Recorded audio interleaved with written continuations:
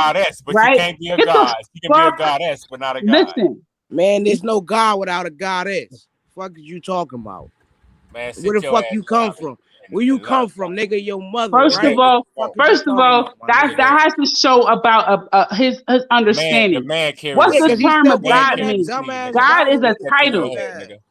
The God man doesn't carries mean the your seed. Never gender. forget that. God is a title. God has nothing to do with your gender. Just like Still king. believe in that King, fucking Bible king does bullshit. Okay, not well, have why to you do with got your goddess? gender. Why you got goddess at the end of your name?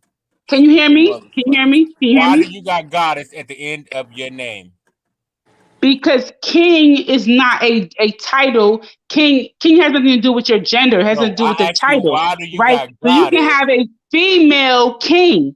You can Why do actually you Right. have got a goddess? female king because the See, this is female exactly what is I'm talking about. operating as a king, right? So you can have a female operating as a god. What the fuck, you stupid idiot? So why do you put DESS at the end? Because of you have to understand my particular perspective. No, it ain't no That's my. different. My Ain't no what my. you You mean? ain't It come up doesn't. with It doesn't. goddess. You ain't My come up with Can't perspective goddess. this is nigga. different than others, right? And I No, we have that all entire. know I goddess am able to is a have that. feminine. I'm We not. all I know don't goddess is a operate in feminine groupthink. title. No, You listen. can stop that bullshit. Madan, We all know Faith goddess is a Kemet, feminine. We Madan all know Heru, goddess is a feminine Madan title. Hebrew, Stop the bullshit. Madan See, Torah, in the Madan words of Bobby Torah. Hemmett, Listen, come Madan up No, he with Torah. the got I his name is am not. Madan. His come name up is off the Madan bullshit, Kemet. melanated. No, Come he's on, not nigga. Madan commit. Kemet. How your name I mean, Madan Kemet? goddamn. We know goddess is a feminine title. Let's come on. Let's not play these games, Listen, man. It God is. damn, listen, this is and crazy. I am. Listen, All right, you I got it. have a wonderful, voluptuous pum pum. I am very feminine, right? No, I'm just Right. saying the I do term not know. goddess Listen, is listen, feminine. That's all I listen. said. Stop talking when a woman is talking. That's your No, it's the other problem. way around. Stop As talking soon when a as a man is woman talking. starts talking, you start talking as if you want to talk Because you about your taking pum what I'm pum. saying out of context. Tell me about your pum pum, Madame. Because I was All just right. talking about mine. Yeah. I was just talking Listen, about that mine. You don't want to move tell me me. about You yours? can't Go ahead, move go me with ahead. that played out Tell terminology. That me should have been about out in the your 90s. pum pum. It should have Does been your out pum in the 90s. pum have hair on They it, don't or do take you out get it on roads waxed like off? me. You see? What is your pum pum experience? How do you maintain proper Hey yo, they pH? right here. What do you mean How do you maintain how do power? you maintain proper pH in your pum pum, Madame? Ah, melanated. What is it pertaining to? What does it got to do Or with it? are you ready to listen? Because I'm confused. Because as soon as I started Yeah, you talking, confused, and that's why I'm trying to help you out. you started talking. So I was like, I'm well, trying to fuck. help you out. Yo, He's trying You to everything talking share about about start. his pom pum pum. poms Hey and yo, all this played everything out No, everything not terminology start off pom as pom. shit that female. went No, out in not That's a pom 1990. fact. pom. I'm like, goddamn. Pum pum. Pum pum is short That's the for one thing I think You punani. still You know going to what the and I men said and don't put that in the punani women is? refrigerator. jargon. When you It went to don't the work no more. grocery store. Pum I mean, pum is goddamn, we short got to get for out of this. We got to get out of this. punani. No, You no, know, no. Listen, brother. it's a damn I shame. don't know what your name is, It's brother. 2021, and we The got other black brother. women behaving the way they do online. It's sad. Listen, brother. Not Madame, but the other brother. Please, I just want him to understand that pum pum means punani. Punani, pussy, vagina, all those things are synonymous, right? I want him to understand what's being said because he was taking what you were saying and he was like mingling it, right? And pum pum, which So was I the said, word that what I does was, that got to so do? I was I asked you, what does that got to do with anything? because you were mixing what I had to say about pum pum with like black, I don't know, supremacy. Like I don't, they're not related. Like they're not like you So know. Come on, man. So Like, I need you to separate those things. Do you think that pum pum is supreme? You think that pum pum rules the black family? of course of it course not. does. Of I want to course it understand. does. I need Of to hear it course from not. Madon Of because course not. okay. What's Can you between a tell woman's me? legs Can does you not tell me run a what? household. So can you tell me what rules the black family? What rules the black family is the togetherness of that family. That's what rules the black family. So does the man rule the togetherness of the black family? No, it's what it is see, like the I'm scriptures just say. asking. I'm just answering you. But you so quick to respond. No, go ahead. Like I said, like the scriptures say, your woman is a reflection of you. So if you No, out I'm here, talking about 2021, right? Because you feel that listen. people are Can I finish? led Can I astray. finish? Can I No, but finish? you feel that No, people I'm are not. led No, I'm not. astray. I'm talking about You today. asked me about the power, and I'm telling you. Today, no, I didn't ask you about the power. I mean, today in 2021, today, who is the power of the black family? Is it the black man and his seed? Is it the black woman and her pom pom? Who? What is it? Is a mixture? I don't know. I don't know what your thoughts are, but See, I'm that's the really problem. so You caught up today, in 2021. That's you're what caught my up. question is. You're caught up in these words like power and all these things. This is So what we get today, lost at. You 2021. can't see. This is what I'm saying. This is why it's confusing when it comes to black male female relationship, because we're indulging in terminologies and titles we don't understand. We talking about who got the power, instead of looking at it. Can we find a balance? I can Can I understand respect that. this woman and this woman respect me as a man to do my duties, and me respect her as a woman to do her womanly duties? That's a See, when we fact. get caught up in all these goddamn titles, we lose focus. Oh, I got the power. Oh, she got the power. Nah, see, that's what I'm saying. That's when you get the ego tripping. You see what I'm saying? You respect your man and push him and be like, baby, you're slacking. That's what you tell your man sometimes. You tell your man, look, baby, you're falling back, and That's a vice fact. versa. That's how you keep a strong relationship. But if you say, "Oh, I got the power in my relationship," you will have problems in your relationship. See, this is the problem with us, man. We got to get away from these titles and learn to just love each other, be with each other, and just give motivation, inspiration to our women, and our women give inspiration and motivation to that man. That's all we got to do. But when we That's a get caught fact. up in, but since, like I said before, since we caught up in poverty caused us um, to have different mood swings because we feel like we ain't got it, or we got it. Well, we just live in a meager, what they call a meager existence. You see what I'm saying? So a lot of times that will cause problems. But our grandparents, even though they dealt with hardly nothing, they had 12 and 13 kids and damn near had nothing and made it work. So to me, that's why I say the problem today is as a materialistic, egotistic, um, dominated consciousness that's going on today. But with that being said, Everybody don't want to settle for making it work. Malak was Shalawam King. Everybody don't want to settle for just making it work. Everybody don't want to be in poverty their whole life. That's it. You can't. That's why I say I can't tell black men who to be with. I can't tell black women who to be with. All I can say is, hey, I prefer them to be with black people, but at the end of the day, the person gonna go out and find who they want to be happy with, regardless of what I think. And I've seen that. You know what I'm saying? And like I said, we deal with a lot of pain, man. That's why you got men out here saying, man, fuck these black women. I'm going to Brazil to find a woman. You know, all this dumbass shit. Them brothers dealing with pain. But like I said, sometimes in order to change your situation with a woman or change your situation with a man, maybe you need to go to another city. Well, some people might be like, well, I can't afford. Well, sometimes, hey, you might just need to look in different spots or go to different areas within your city. Hey, yo, but it's not always pain. It's also the easy way out. Now let's All I'm just be saying is real. we Let's in the just be real community, about that. a lot of us deal with built up pain from past relationship or ongoing relationships. We all have went through it and we all go through it, man. But you know, sometimes the relationship get too well, don't work out. But that person's still dealing with that pain on both sides. That's why some men become stalkers and some women, you know, they become killers. But I mean, just the way it is, man. That pain built up inside. But you know, that's just the way it is.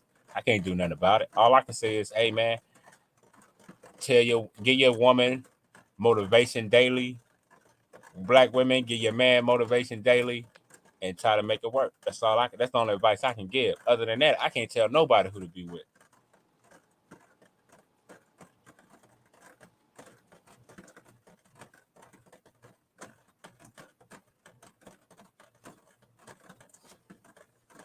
So, if ain't nobody else got nothing to say, I'm gonna just keep on going because this is the problem. This is why you got a lot of black women out here saying, "I refuse to have a male child." Now, what kind of Stockholm shit is that? You know what I'm saying? Because see, It ain't funny, but it is because you can tell a lot of these sisters dealing with emotionalism and the pain. I understand the pain. I understand why you might not want to get with another black man. I understand that. That's your right. You feel like you can't get nothing productive or out of a black man. Yeah, explore who you want to. Shit. Yeah, but it's not always pain though. That's the thing. That what floats your boat. Go for it. You know what I'm saying? Don, what the hell you talking about on here, man? Nah, So because I have a question. What So the hell you on here talking See what about, man? happens? who is that? Who See is what that happens now when I speaking? get ready to answer you? You see what happens? Ain't not. I have a question. Who is that saying that most women are saying that they can't have black men? Who is that? Was that I know that wasn't you, but I'm just trying to Nah, say I thought it was Madon that was saying that. because like if the argument is most black women should just dismiss like the negative things that they've experienced with Nigga. black men, then shouldn't it be like black men should just continue the same things that they've experienced through black women? Because like I don't know, I'm me personally, as I'm just melanated goddess, so I'm agreeing with someone saying you're a minority. I don't know anyone who has a son who said, damn you, I wish I didn't have a son. Fuck that. Fuck these black men. I wish I had a fucking daughter. Fuck these black. I've never, ever, ever, ever in my whole entire life met Yeah, I ain't gonna front. That was weird. Like a my wife, female. Like my wife. so for me, like when I was listening to that show, when I was just listening to that show, I was on my way coming home from work and I said, boop! I swear, I was like, you know what? I'm into working out. I'm into some working out video. You know, fuck that. Like, how do you work out your abs? How do you work out your arms? Like, I started watching other videos, like for real. Like, not on some I'm hating on Taz, but like I understand that black women are completely fed up of black men. Have a hatred. I understand there is a group. I understand as a black woman. I understand there's a group of women that have developed a literally hatred of black men. But I am not one of those. But I am not on the opposite side either. I'm not on the side that excuses every fucking thing a black man. He's a victim of white supremacy, and white man won't let him do blah blah blah. I'm not one of those black women either, right? So unfortunately, those like excusing ass black women, they don't like me either because they're like, fuck, you coming at the black man.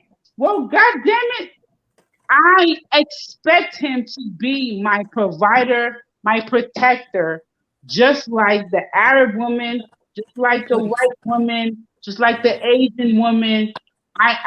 Yes, I expect that. I expect that if someone says, I'm gonna spit in your face, a black motherfucker is supposed to be like, I dare you to spit in her motherfucking face. All right, how many black men have you? How many black men have you turned down that have approached you in the past 3 years? What that got to do with anything? My gosh, What we're that not got to going do to with do it? that Because she probably passed up on a lot of good men that the Most High. She probably passed up on a lot of good men the Most High sent her way, but she rejected them because maybe his Amber shoes and look a certain way. Christina has Maybe his eye definitely was a little turned crooked. down a All motherfucker these thing. things. Respond. Get the Let me fuck respond. out of my Yes, face. you know what I'm saying? Hey, Madon, What's your name? that's a bad argument. I'm gonna tell you why it's No, a it's bad not. argument. No, it's not. You know? I'm gonna tell you why it's a bad argument, right? Okay, go ahead. Because what you're doing is ignoring the perspective that she's coming from. And I heard this earlier too. I've been trying to listen to this, and we doing a lot of ignoring of what each other is saying, right? I'm not finna cape for neither side. We doing a lot of ignoring though, right? What she's saying is look, I'm not one of these women that's out here trying to crucify black men, so I would appreciate it if you wouldn't paint me in that light. But I'm also not gonna sit here and act like black men don't need to fix some of their stuff. And if we all figured out how to get to that position of balance, we could come together and have actual real conversations. Thank I you. know. No, that's real. But You actually got when she ears. make a statement saying ain't no more Anon good, got hold on, ears. but Anon, when she hold on, make hold a on, hold on, broad hold on. statement Let me have saying a ain't no more response. good black men out here, Listen. Instead isn't of that trying to compete kind with of a bogus, my woman, nigga? instead of trying to compete with a woman, you would at least Ain't let nobody me have competing, sister. you When would you at make least let statements me like ain't have no more good black a men out here, response. that's You a would at lie. least let me have a response to Anon's response Well, when to my Anon came in response. here and asked me a question, Right. what did you So do? when I You was jumped right on done, in. so when I You would see, that's be what I'm done, saying. that That's I the would actually You be arguing done. with it's the your kind of sister madness Right? like you got this? going on out What What here, is the man. wrong fuck? with you, I Like man? don't this get it, dude, bro. It's Nah, just he I does don't man. get not it. like Shit is What women. is, retarded. He has how you Non-stop issue with doing? this with nigga, women boy. because What Gotta when is it you stop came it. doing, time for Madonna? Anon to speak, he was like, "Go ahead, bro. Go ahead, bro." But when it's a woman, he got an issue with it. So anyway, Man, I addressed what? everything Listen, Cass asked me. What are you talking listen, about? Anon. I thank you, brother, right, for seeing both sides of it. That I not only see the woman's side, but I definitely hold women accountable for all of the bullshit that we do too, because we do. We're involved in bullshit. Both men and women experience trauma, white supremacy, all of those shit. Both of it. Both sides. We experience it and we respond to it, right? And I feel like my bottom line is, right, if we want to have an effective response to it, we need to acknowledge it and then have a Facts. We gotta have a corporate response response. to it. Right. Right? Here's the problem though, Here you okay? go. And so when we move into the conversation, and that's really where the conversation move into. What is that corporate response? What does that corporate response look like? How are we going to identify that corporate response? Because men are looking for certain things out of women, and women are looking for certain things out of men. And so a lot of times what happens, so like for me, I can only speak from my experiences. I'm a solid dude. Like I keep it a buck with my wife. Like I'm not finna ask you how to be a man, right? I hate these dudes that's going around asking, well, what should we do? And what would you like to see? Like, no, I'm not finna ask you how to be a man. I am gonna ask you what are the things you need to make you feel safe, right? Because every woman, What if you didn't know? I mean, I'm just asking that question in honesty because honestly speaking, Anon, for whatever reason, your experience, your family heritage, and X, Y, and Z. But let's just say you're coming from a black man perspective who don't know. What's wrong with asking that question? Do you feel as a black man like something is wrong with asking that question, I or think I think if you haven't had the pedigree, then you should ask that question. okay? I So, think for me I though, think I'm this is just female back feedback that in your delivery, right? Because I feel like when you speak, sometimes you speak as if you're speaking to black men who are just like you, right? So they could take it and they could digest it and they understand what the fuck you're talking about, right? but everybody But can't. I'm encouraging you that number one, not all black men are not going to be able to digest it, and number two, they may take it in a different way. So they may take what you say as I need to dominate the black woman, and Yeah. she don't bow down, and she ain't about this Israelite life.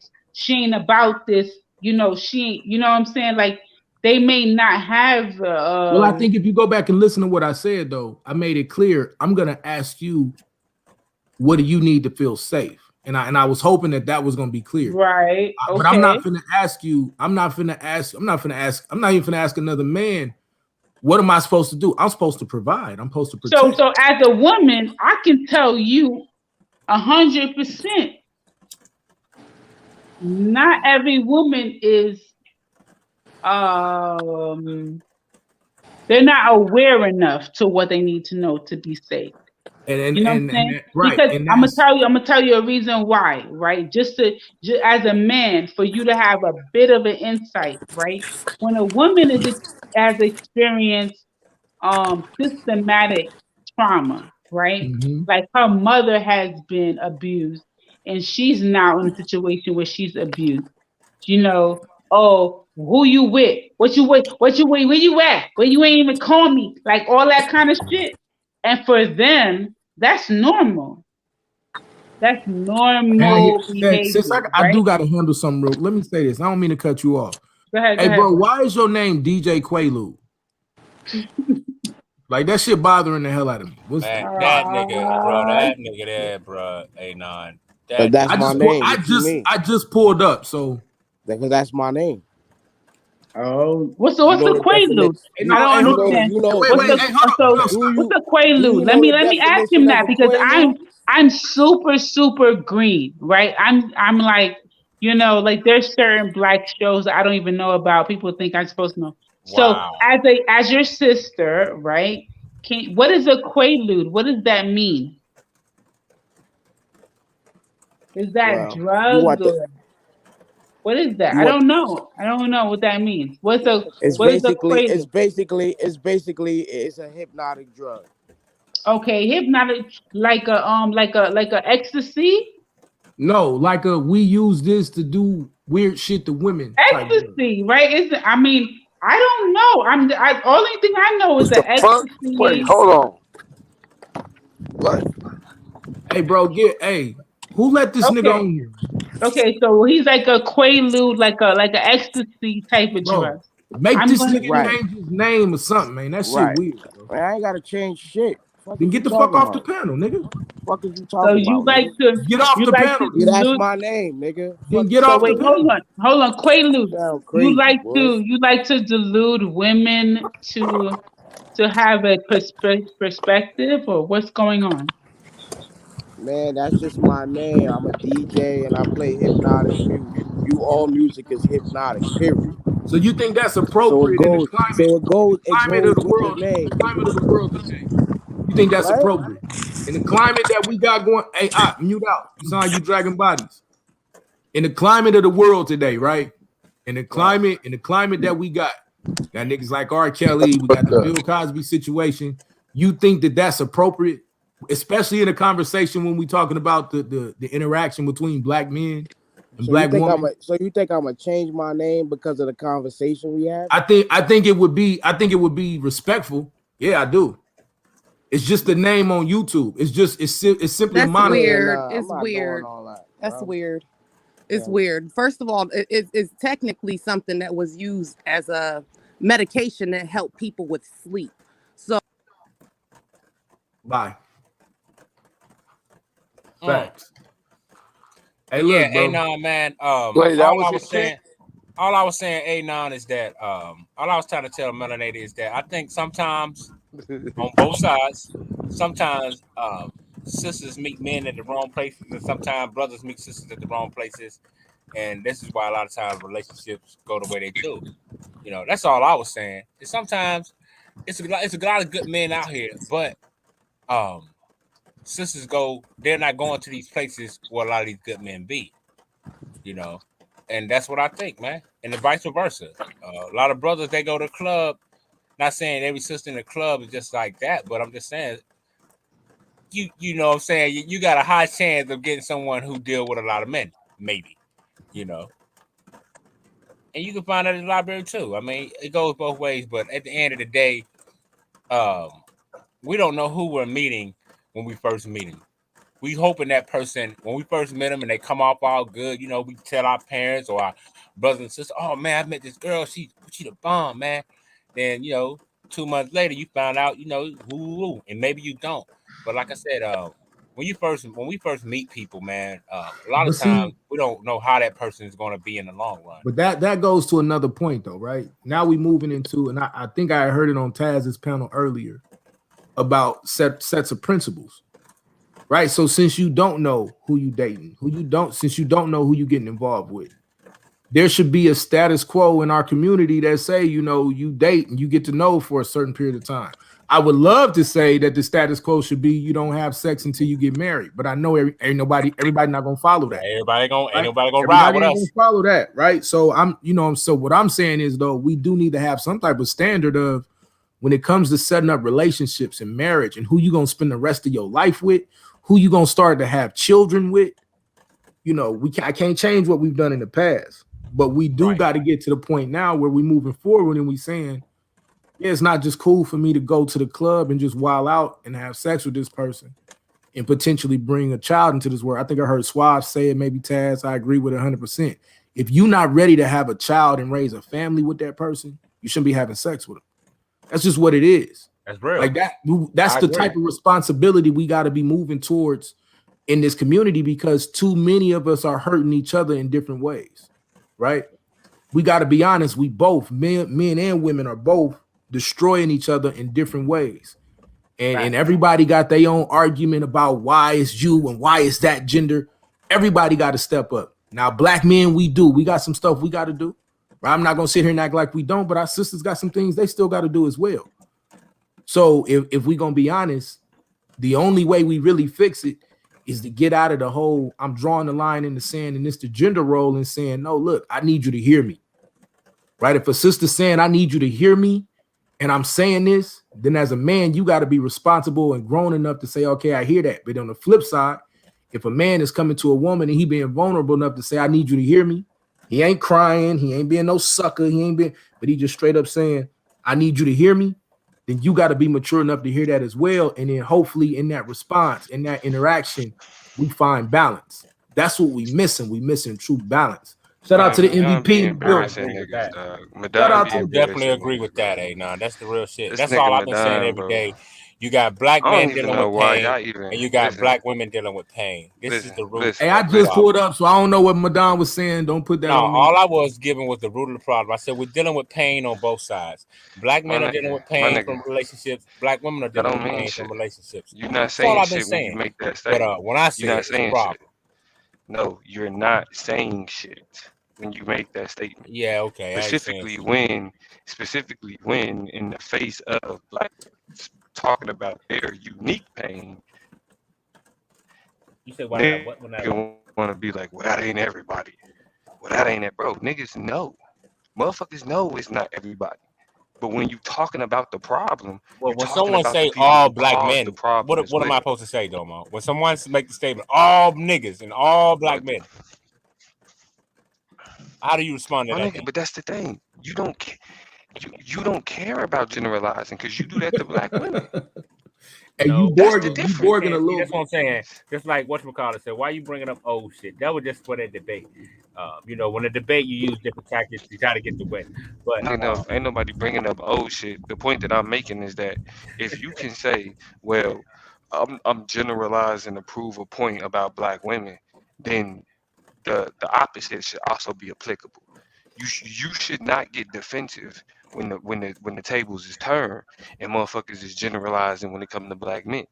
Because no, I never did. I never got mad at all.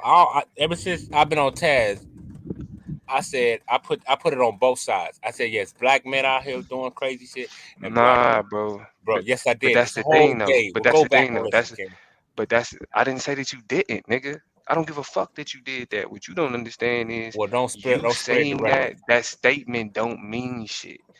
Especially because like there's still nuance that takes place in why these things are happening. Of course. And just because a nigga can say, well, it's on both sides. Okay, so when motherfuckers talking about the nuance, and then you go back to, well, it's on both sides, you taking away from the conversation. Well, because instead of getting into details, hold on. Because instead of allowing the conversation to get into details and how one particular side is causing the issue, you want to bring it back to, well, it's both sides, or it's not everybody. Even if it's not everybody, you at least got to allow the conversation to get on the motherfuckers that are causing it. Because when you focus on ignoring the people that's causing it just to be like, then that undermines the conversation. The conversation can't be productive because niggas is too focused on being defensive instead of allowing the shit to play out. That's why they say only hit dogs holler. Yeah, and I've been screaming that all day. When a motherfucker, hold on, let me say this, and you got it. When a motherfucker say black men this, if you know that that's not you, you should have no desire to defend yourself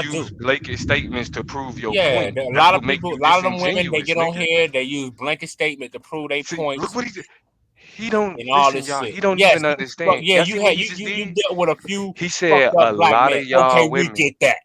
That's He a said a lot of blanket these statement. women. I mean, goddamn, we get it. That's a Yes, But I'm we gonna get blanket and I'm that. gonna tell you statement. though. I'm gonna But tell you why. if He you don't live in he a don't even city, see he if you making live in a blanket city where there's over statements 1,000,000 to people and criticize you women who make goddamn blanket dealt with statements. 3 knuckleheads, you can't That's what sit I'm there and saying, bro. say That like this nigga don't he too some slow of the to shit you understand, bro. saying, man.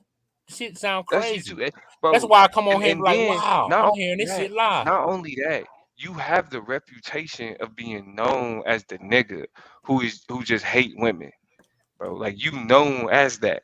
Like that's your like everybody That's in the league got rhetoric. something to be, nigga. You known as the They nigga need who somebody when to black point the women finger at. Like are that's him right involved, there. That's you the black say woman the hater right there. dumbest That's him right there. See that shit, nigga with bro. the hat on? That's Madon. He's the black woman hater. We're gonna put him up as the No, bro. icon Nobody as a says black that. woman hater. But Nobody the says that. black women Nobody on the says that. low, when you What look at it, happens? What they love a happens nigga like me, is man, because I you keep it a buck. speak up. You speak up, and then niggas be like, "See, that's why we don't listen to Madonna's motherfucking ass." Yeah, but See, you know, that's why hey we don't. man, You hey, get the opportunity to say but something hey, different, I but you promise you, always fit the bill, if you nigga. only knew, Like if a man. nigga bet, low key, like, "Hey, don't say nothing. Watch what Madonna got to say about black women." I bet $100 he say some fucked up shit when it comes to sisters. All right, tell me Soon as what fucked up I said some about shit to black get women. brought up. What have Nigga, a I nigga said gonna fucked win up? $100 off of you, Tell bro. me what I have I wouldn't said take about that bet. what? Tell me, Domo. What fucked up did I say about black Ghetto women? gaggers. Bro, yeah, you asking the wrong. Those were brainwashed victims. I only diagnosed the We had problem. to debate So it, if bro. I You tell talking you to the you wrong got nigga. AIDS, it's my fault. What? That's Like I said, bro. That's a stupid comment, dog. I diagnosed what black women was doing as brainwashed victims. If I tell someone they have an STD, that don't mean I'm bashing them.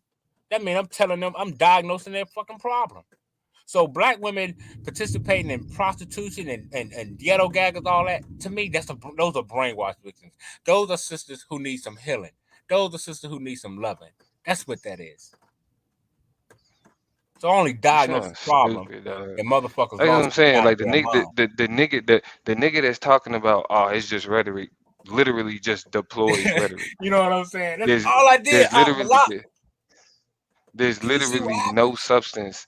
That's There's just no like substance in the brothers on anything the you corner, say. the Israelites, when they be pointing out shit, what they say? Oh, these niggas are fucking terrorists. But Don, hey, can I say this real quick, bro? Because we done had conversations. I want to make it clear, like we've had. Madon technically does not hate women. At least I don't think he does. Yes, But he I do. will admit, Madon hates women, bro. I hope. I don't think so, but I would readily admit that if something come out where he says I hate women, then I would have to stand corrected. I personally have not heard him say nothing, especially in private, in the conversations that make me think. Well, let me say Outside this. of, like, that's what I I'm was saying. gonna He say in private. fetishizes. Yeah. Listen, nah. I'm saying he fetishizes black women.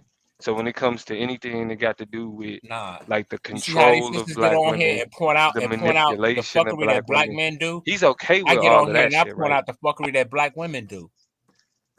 He's okay with all that shit, right? Like he's okay And I with point out the fuckery you know what that I'm niggas saying? do. They I should was be just gonna say though, prone. I They should I be just point out think silent. both sides I think he's not all the educated time. on how inflammatory his conversation is. That's what I think it is. I could be Nah, wrong. Nah, bro, he has an immature understanding. That's what it is. Nah, no, it's His not. perspective is It's his straight to the perspective is point. extremely elementary. No, I'm not gonna use Like no big any ass nigga words that's and still all like this that's what I'm other saying. shit to explain something that's Adults, fucking like simple. You any don't nigga need that's an that shit. adult that's still going around talking about niggas is caping for black women. Hold on, but you Throw got a the nigga out. partner that do that though. That do what? That call us simps and say we caping. Who? See what I'm saying? This is shit I'm talking about. No, Man. stop, Madon. Stop. I'm just saying this is hypocrisy though, man. It's crazy. T-Duck. That's T-Duck's whole. That's T-Duck whole spiel.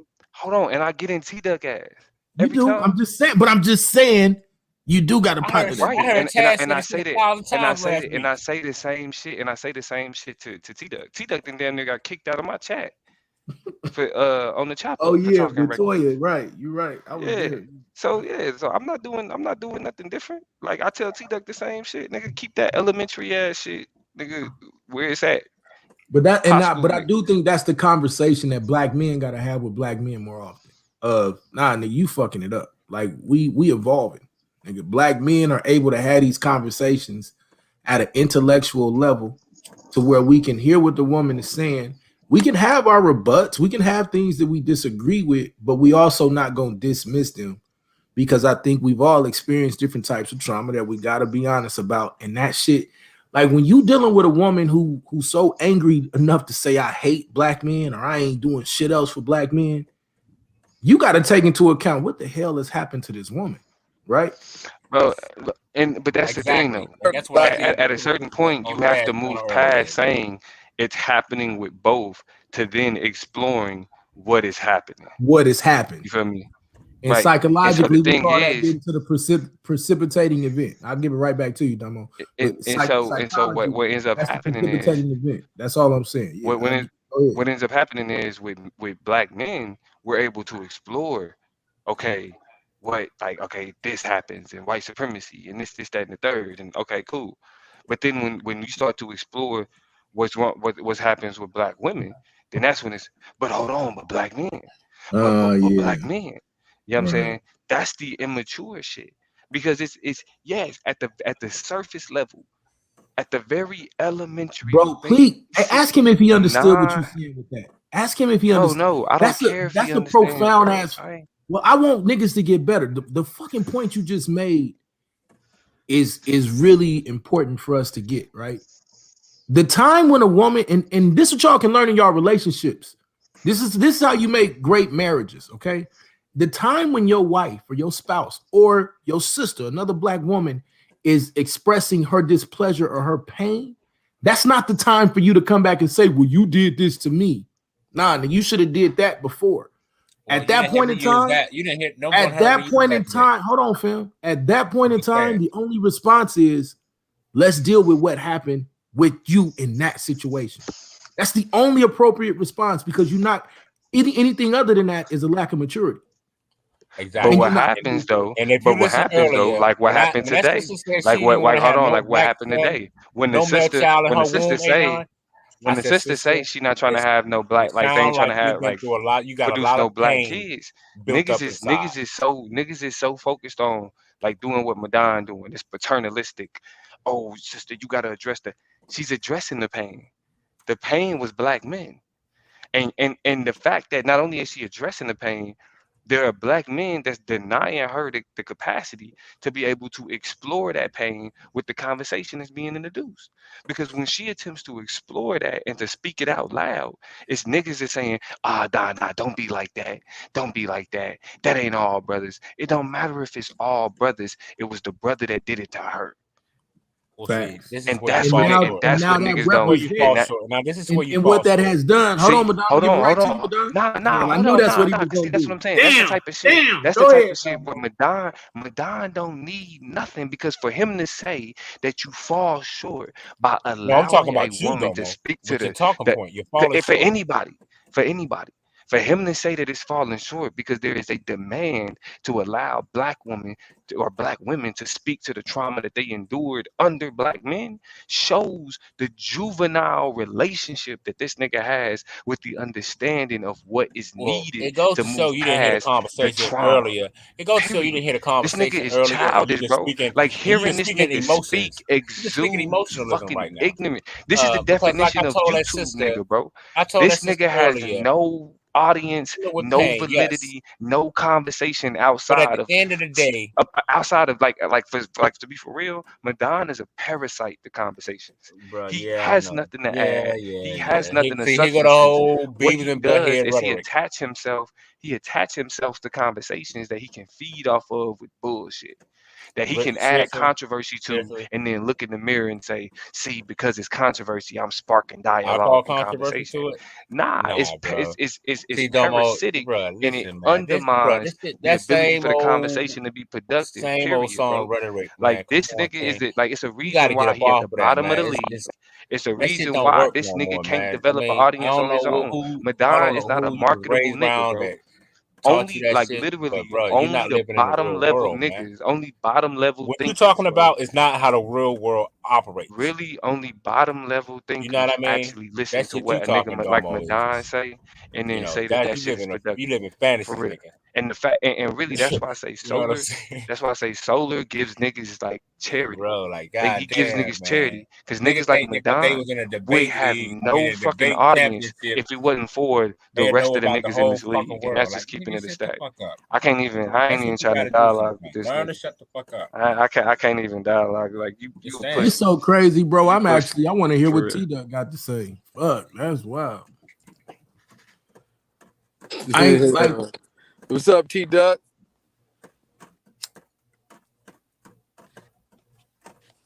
Duck, goose. I figure he'll speak in a second. I'm not gonna front Madonna.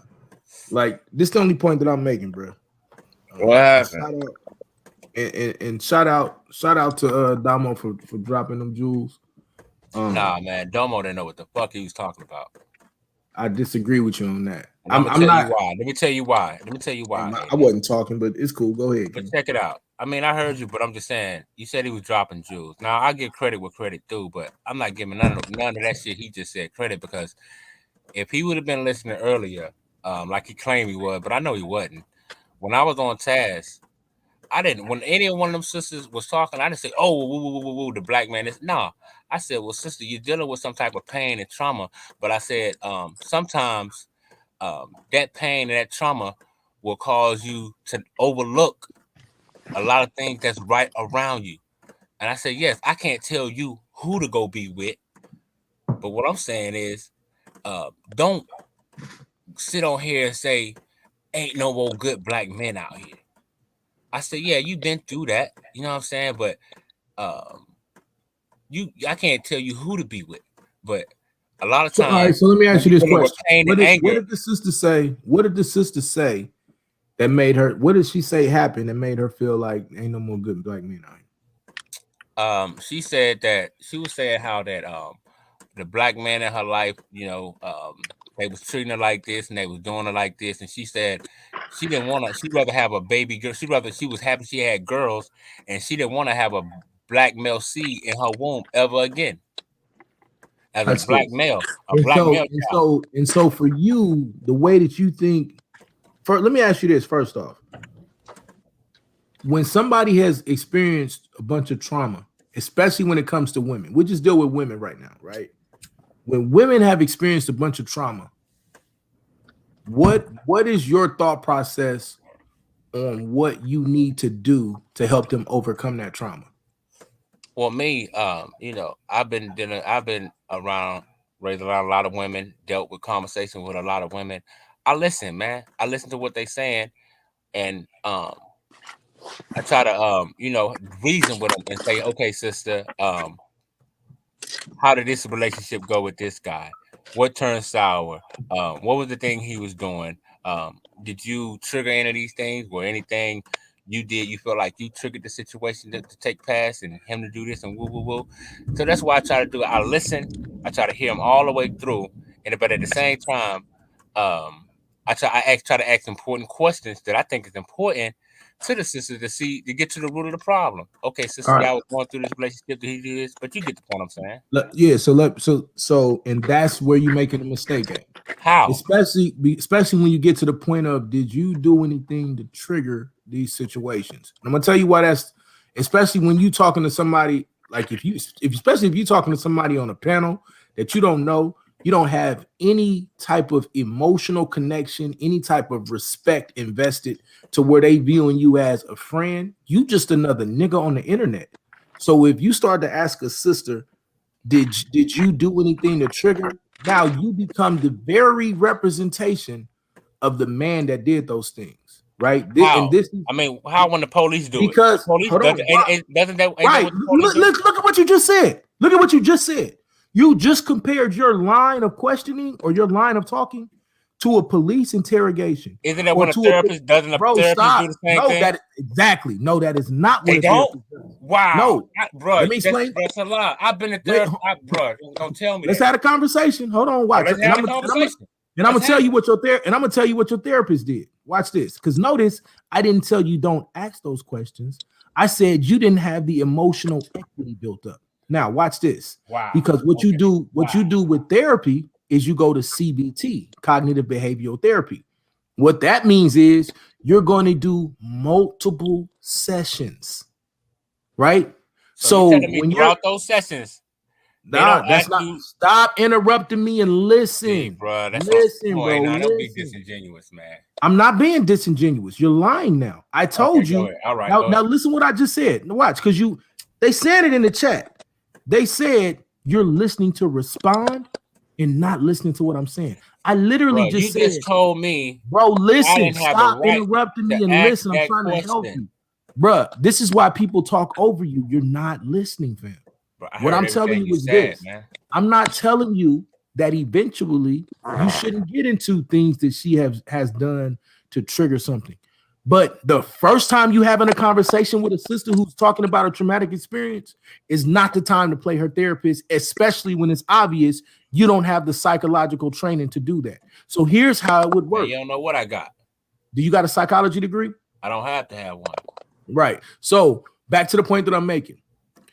It's clear that when you're having these conversations, and this is what I was saying, when a sister is telling you, I don't want to deal with black men anymore because such and such and such has happened, and I'm so fed up with black men that the only thing I ever want to do is have little women, that's trauma. The first thing we have to do is figure out what was the precipitating event, what was it that got you to feel this way, and then we now have to empower that sister, because what has happened is she has been pushed to the point where she feels inferior to that situation. Whereas, and here's what I mean. If she feels that if I have a man child, there's nothing that I can do to prevent this man child from becoming one of the representations of these fucked up assholes who have done something to me out in this world.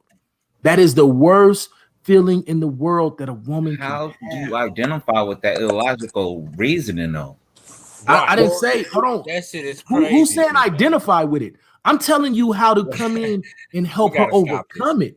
And watch There's this. no way to help hold on. anyone But as a man, overcome something so irrational and illogical. Hold on. Let me finish, bro. As a man, help someone like that. They're beyond help. Especially a man that's, you said she's behind. This is why people hate y'all. You're telling me that a woman, truth, man. You're telling me that a woman who's been traumatically no, I'm saying someone you who just is said that woman was beyond help. Someone who is you spewing just said that beyond sentiment help. is beyond help. Yes. Y'all niggas Someone are out of spewing your that mind. sentiment is beyond help. Yes. Y'all How the niggas hell are you out gonna of get your to the mind. root of the problem if you It's don't? not for me to fix Now watch anybody. this. We gotta And stop. by Man, saying that's that, crazy. and by saying that, you two weird niggas are the problem. Nah, and man, here's why bro, I say y'all that. Nah, Here's why. That is you true. identify with that type of shit, and you think you fucking can help women. You can't help women. Women need to help women, and you out your things will get stupid ass better. mind, That's bro. the thing. No, You have a complex where you think women need I to don't have come no to complex. you You know what in I'm order gonna to do for become you, whole. Anon? You know what I'm And gonna that's do for you, not Anon? true. Women need to help women. I'm gonna get Men 2 or help 3 men. sisters that I used to have conversations with. I'm gonna get them on. I'm gonna call in. I'm gonna have them on the phone 3-way, and I'm gonna show you what I'm talking about. I really don't care. Now, can I finish I'm gonna without show y'all cutting me you off? how these sisters came to me. Can I finish without y'all All right, cutting me off? go ahead. Like it's weird, bro. Right. Nah, man. Because what y'all doing is bullshit. taking what y'all doing Y'all is niggas trying to just, turn it. Wait, hold on real quick. Verbal, this is not what we're gonna do. Your ass can hit the panel. Who you talking about? My homegirl Verbal. My crush. Verbal the most high. That's some other weird shit. I ain't even finna get there. I ain't finna go there with you. Here's Go ahead, my Verbal, point. hit the link. Here's my picking point. on what's dude's name? You like picking on the manosphere and shit. Man, y'all niggas is weird, bro. Here's the point that I'm making, bro. If you now I'm looking at y'all as y'all are psychologically broken. Because if you have moved to the point where you're saying that your love or your empathy or your ability to sit down and just listen and then help her figure out what was the first point. Listen to this. The precipitating event means find out what was the first point of that trauma and then empower her to let her know that she's not a victim. She can overcome this. I'm not here to tell the woman, oh, sis, you got to love the black man. There's some good black men out here. She's not going to hear none of that until she knows that she can make great decisions. Nah, sis, you know what? You a powerful, strong, beautiful black woman that can come out here and pick the man that's perfect for you. But what we got to do is work on the decision-making process, right? That's how you teach these women and help our sisters to overcome. Let's work on the decision-making process because these niggas are pulling the wool over your eyes. Or now when you build equity with her, now you can say, okay. Ain't that what I said? Hold on. Yeah, but you trying to do it the first time you talk to her. No, and you're I not did being not. I empathetic. said that was the Stop, latter part of nigga. my Stop, statement. bro. Stop. Bro, You just stop did the it. bullshit. You just did it on the panel today. Rewind the tape and listen again. You just did it. You just did it on the panel today. Bro, y'all gotta stop the bullshit. Man. Watch this. Let me finish, bro. I keep asking y'all. It's weird when I be making points, niggas. I be beating niggas up so bad they gotta cry out. You gonna put you gotta cry out. I know. Go ahead and cry out. Because you asked me, what do I do? I got patience, fam. Go ahead. No, because come on, man. We gotta line up. All I'm saying is, let's keep. No, nigga, you keep cutting me off because you know I'm making. I gotta correct you when you say something wrong. Tell me what I said wrong. Now, the first thing I said is, I didn't say the first thing I asked that sister is, what did she do to trigger the situation? I didn't say that. I'm saying in the first conversation, nigga, you don't listen, bro. I compounded a situation that I was going that you asked me about. I compounded, compressed the shit. You don't listen. That's how I know you ain't. Don't talk to me about being no psychologist. Okay, you don't listen. You got it. Right. I know I got it. Now, finally, want to be right all the goddamn time. Nigga, I am right on this one. Yeah, so back to the point. No, you're not, bro. You did. How? When you're identifying with a woman, bro, you can't identify with women. Let women fix women, men fix men. It's that easy. You sitting here trying to tell us that it's our job to help these women. No, it's not our job to help these women.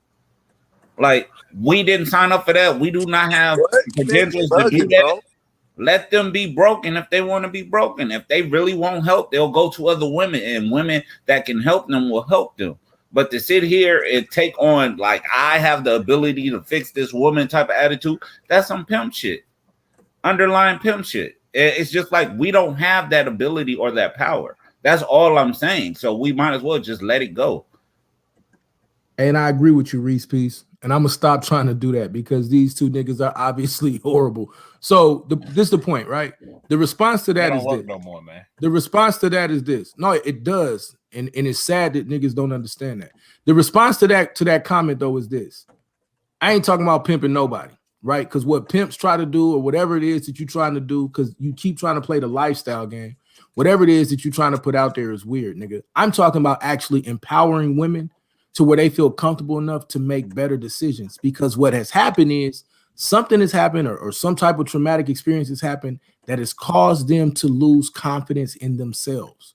One of the best things that could happen is to have a man, the very representation of the traumatic experience, be there, telling them, supporting them, saying, "Nah." But that's just your opinion. It also can trigger them. This is it has the same potential to trigger them. This is another bad experience could take place.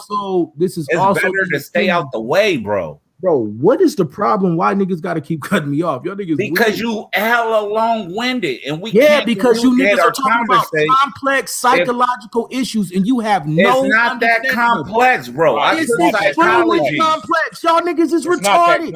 It's not that complex. If a woman, hold up, bro. If a woman is saying she is so psychologically damaged. You keep going to what this woman that she doesn't even want to have. That's not my problem. Everybody has problems. You have to have the discipline to overcome your problems. Y'all weird ass niggas talking over talk. That shit don't matter, nigga. I'm gonna stand right here in the pocket. And put y'all niggas on blast. We don't know how to even. We don't even have the deal with problems on our own. That women don't want to be around. Problem. You niggas are about examples of the very men that are making it impossible for us to heal our community. You niggas are the representation. You weird ass niggas are the representation of the very problem in our community.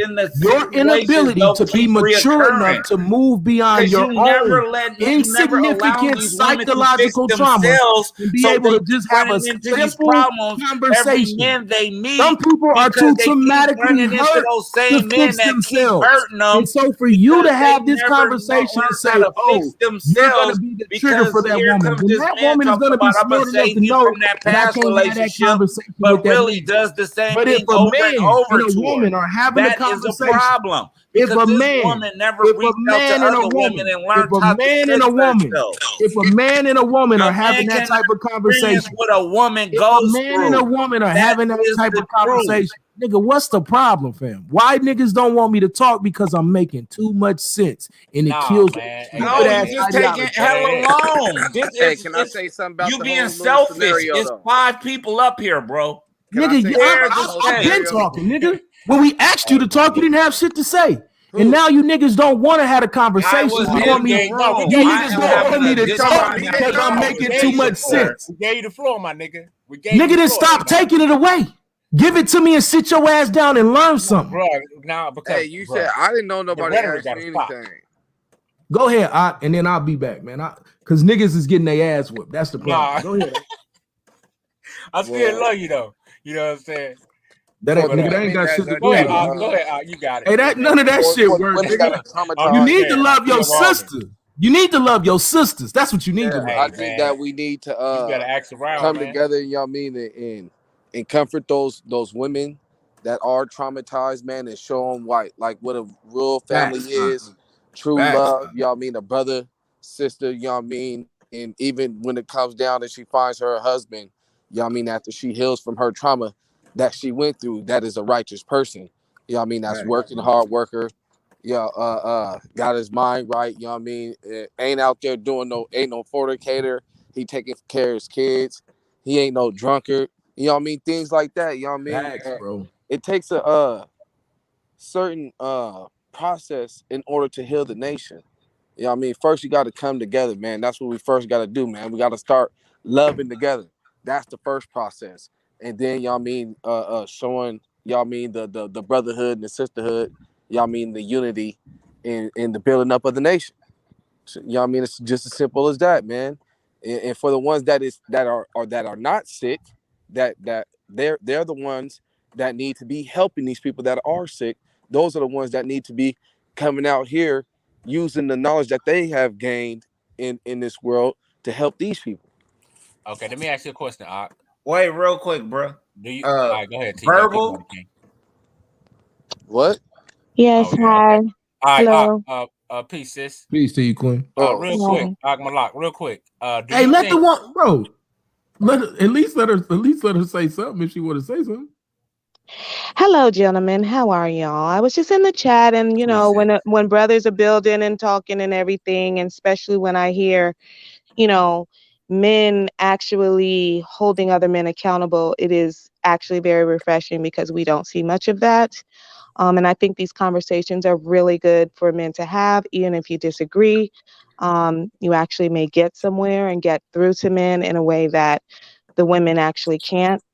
I think that what the brother Anon is actually speaking about is not about quote unquote fixing someone, because none of us have the ability to do that. We can only attempt to fix ourselves, right? And be the best people that we can be and how we treat other people. However, as from a woman's point of view, what he's actually speaking about is empathy.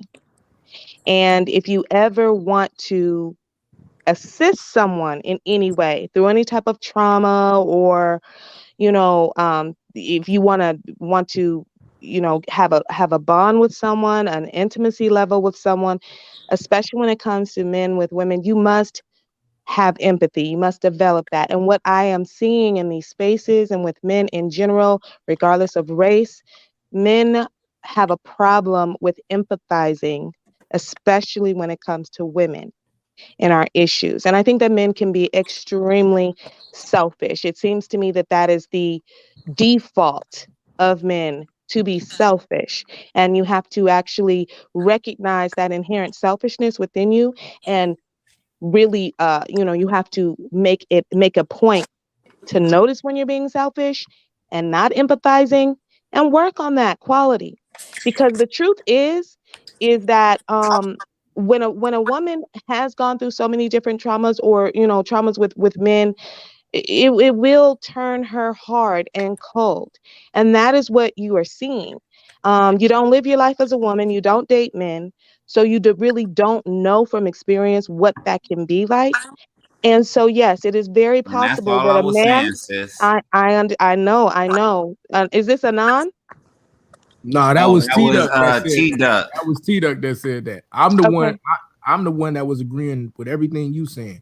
And what they tried to do was take that and say that I'm trying to fix. When I use the word power, No, right? that's not what Right. it is. That's why I came up here, because You know, it's interesting that New Era King was like, that's not my problem. And, just leave her alone. But these are the very same women that you continue to traumatize by, you know, just hopping in the bed with them and pumping and dumping them. Then you want to talk about how she's a ratchet and she's a hoe and she's psychologically damaged. But you probably knew something was off when before you humped in the bed with her, but that ass was too good for you, right? That ass was too great. So this is a lack of empathy. And what you do is you continue to create a cycle. And if you are going to recognize that a woman has a trauma or something's messed up about her and she needs some type of help, and you want to say, well, let's just leave her alone, then you don't need to get up on any panels and try to correct women either. If you're going to leave them alone, then just leave them on alone completely. But you Okay, don't get can to I ask you a not want question, to, sister? you don't get to not want to assist her or empathize with her or care for her, but then also feel like you can chastise her all No, too. I said You allow don't get other both Can I of ask you? those. women to help Can I ask her. you a question? Can I ask you a question, sister? Verbal assassin. Yes. Do you think? Do you think it's possible that when some women get on these panels, that they superimpose a lot of their feelings and a lot of these situations that they go The through? fuck? This is the see, man. I don't know what you mean. What do you mean? What are you Meaning, asking me? meaning, because what I see is that a lot of times, you know, men, we do this too. It's not just to say well women do this, but men do this too. A lot of times we get on panels, we can over emotionalize a lot of our situations for sympathy. Sometimes we'll say a lot of these things based off how many people on the panel and how many people want to agree with you. And I think a lot of times, um, a lot of people say these things just to trigger people, just to say, "Oh, look, man ain't shit," and all this other shit. Is So that let me possible? let me let me say Just this. like make Hey, time Verbal, real quick. I'm gonna put where they say, your "Oh, page black in the women ain't chat, nothing. cool? We going our own way." They Yeah, do the that's same fine. thing. Okay. But listen, here's the thing. You do not, and see, this is the problem too, is that everybody's trying to control other people and control what other people do and think and say and feel, and that's just a waste of time. You can't control what anybody says, does, or thinks or feels. You can only control yourself. So if someone is, it's not your job to try to put an intent on what someone's saying. How about trying to just listen for a minute? How about you try that and see what happens? Well, we Because do I know listen. I don't We think that do most listen, but people, no, listen, we but see a what I'm cult saying like is I don't following that think, goes no, on. I do not think that the majority of people are getting up here on panels, men or women, No, I didn't making say stuff up. majority. I I said think some. that people have trauma. People have gone through real life stuff. Okay. And they possibly have gone through this stuff since childhood. And then they've met other people who have perpetuated these traumas. All right. And then people are seeking out, um, I want not attention, but someone to empathize with them. And what happens is because everybody is in their own feelings, they beat down on that person. I mean, how do you think it's going to help a woman if you kick her while she's already down? How's that going to solve anything? No, well, I never did none of that. But what I'm saying is this: my whole life, I've been hearing black men say, "Oh, I'm done with them black women." Now I've been hearing black women, "Oh, I'm done with them niggas," but that don't be the case. They end up, a lot of them I heard say that they end up finding them a wife or a husband that they've been with for 10, 15 years. So what I'm saying is I think a lot of people just say this just to be emotional that, oh, I'm done with black women. Oh, I'm done with black men. And I think it's just a lot of So rhetoric. were you being emotional on Taz's panel today with the things which you were saying? Was that No, I wasn't attention emotional at all. seeking or No, I wasn't. I okay? showed number sympathy, and I showed sisters that I'm not in a position to tell them nor black men who to be with and who to love. That's all I said. So why are the brothers having this conversation with you then if you were so loving and kind and empathetic Because on Taz's, that's why I and say I was over there. I was over there. rhetoric get in, So that's what I'm saying. A lot of times, when the rhetoric get in there and then the hearsay get in there, people go off what of that rhetoric? instead of going Yours off or actual theirs? instead of going Not off the yours, huh? actual words that a person said. A lot of times we go off hearsay or we go off emotionalism or we ain't hearing the person out. That's what happens. Is it just me because I can't hear anything? No, I heard him. It's Okay, just you. it just must be me. Perfect. Sorry, I can't hear anything. I No, just that's wanted to come cool. up It's here out in and the just out in the ethers. say, It went to the ethers, so Anan, it's still out there. I agreed with what you were saying.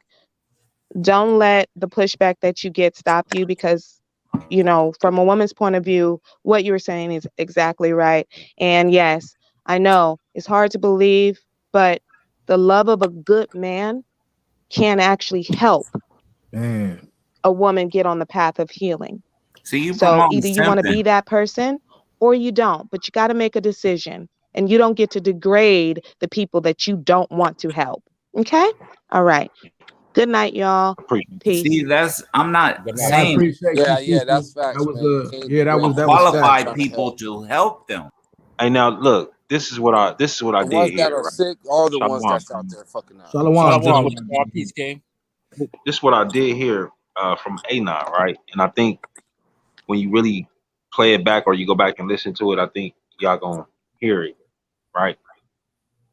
He said you're dealing with a woman, right, that's traumatized to the point where she don't want to have male children. That should register in your brain like, okay, it was a male that had to do something for her not to even want to bring forth a male child in this world. So if a male, right, you understand the statement that was made and you understand the issue. So now, even though you're not the issue, right, but you know you're a part of it because you're a male.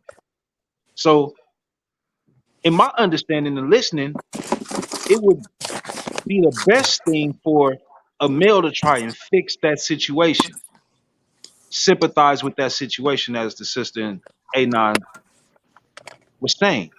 And the reason why that's absolutely important is because we was the creation of it. If the man that she was dealing with initially treated her with the utmost respect that we should all treat our women with, you know what I'm saying? Regardless if they don't respect themselves, we should at least love them enough to respect them, right? She wouldn't be saying nothing like that. She wouldn't have to have no issues and no problems. So a woman didn't create that issue. So how is the woman gonna fix something that she didn't create? I could easily tell you, bro, because you not understanding the simple fact that you may be a very trigger by being there, just like that person that did all the crime to her.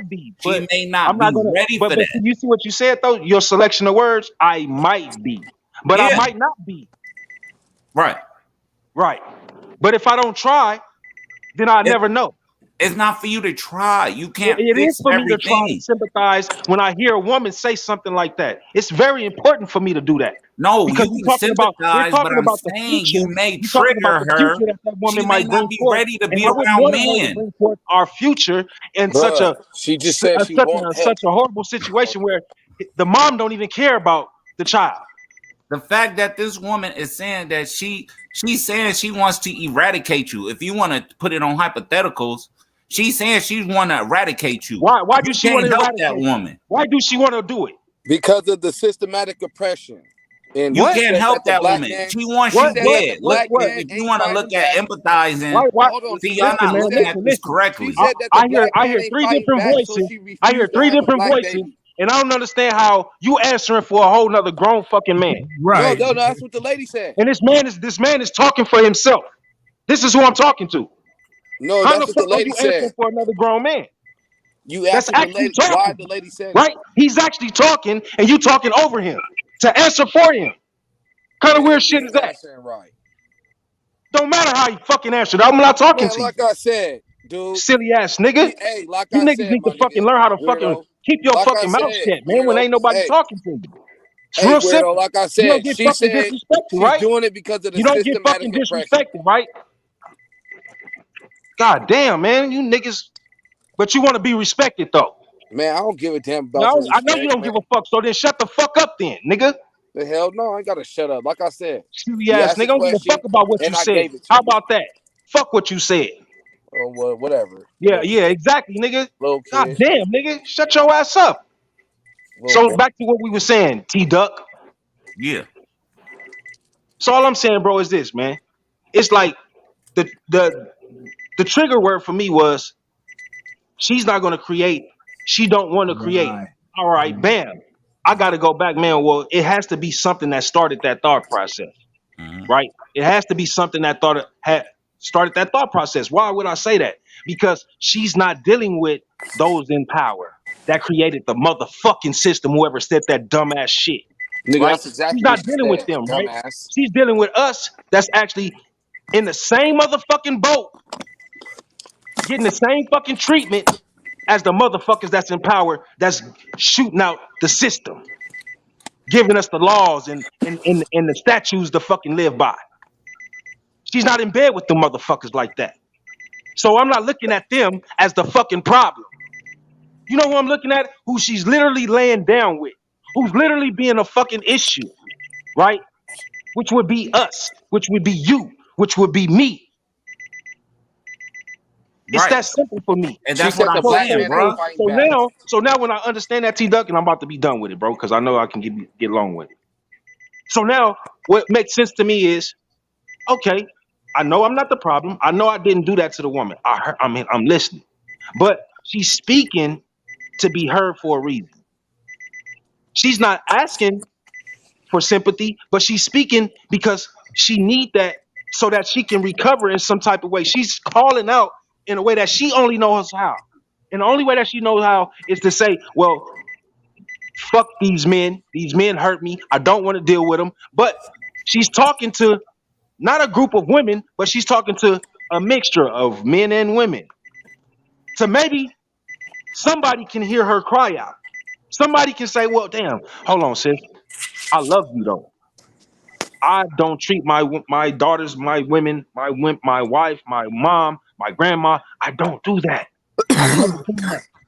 Something she probably never even knew because she never heard it from a man. Akmalak, close your damn car door. You see what I'm saying? So that's all I'm saying, T Duck, Yeah, bro. I got you on that. And this is what I'm saying.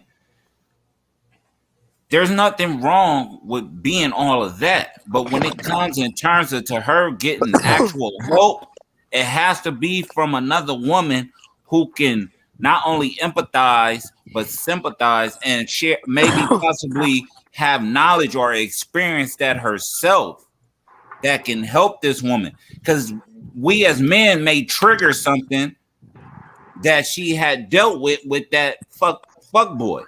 So it's safer for her to deal with a woman to where she don't even have to get triggered. She can deal with the experience. I'm not saying these women have to be on some, fall in love type shit, but at least these women with the experience can help this sister with her experience, and maybe one day she'll feel strong enough and find her love back in men or be willing to trust. But if we just gon' try to push off like, well, I'm gonna be right. That's what motherfuckers been doing.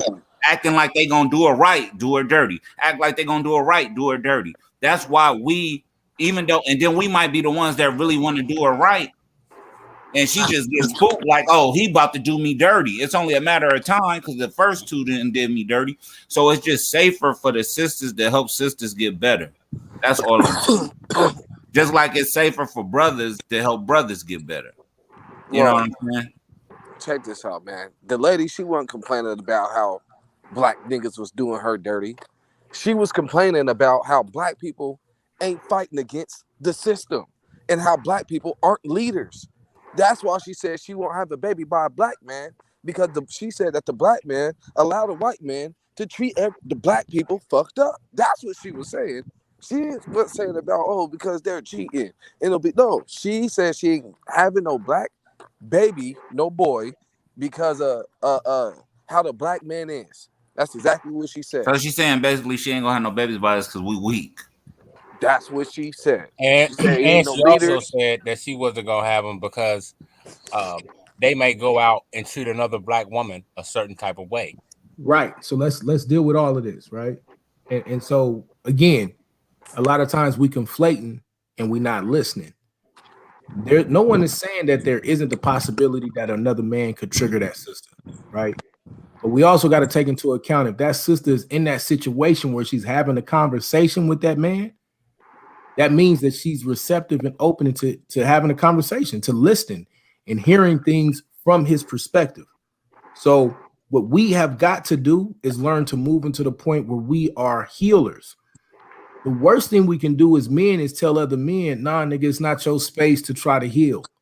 Nah, that's the wrong thing. And I agree with what the sister was saying when she was saying, no one's talking about fixing. Fixing is an individual thing. Even another woman can't fix that woman, right? You have to, whatever you're going through, you got to make the choice to be fixed and begin to overcome the trauma. But another man and another woman can be the impetus. Like the Bible, since some of us claim to be Bible believers, we talk about seeds being planted, and then another one comes and waters that seed, and then at the end there's a harvest, right? Maybe it's your job at first to be the man that plants that seed, and then maybe you're the next man that get that waters, and then maybe her husband is the one that receives the harvest. We have to start looking at these things from a perspective of nation building. Every woman should not be viewed as, oh, this is my potential conquest, or this is the potential next woman that I'm gonna sleep with, or whatever. You should be viewing these women as, especially if we married and all of this, you should be viewing these women as, this is my sister. And any conversation that I'm having with her should be, especially when I hear how traumatically hurt she is, should be from a perspective of what can I do to heal? Even if it's just, let's have a dope conversation so she can understand not every man is an idiot.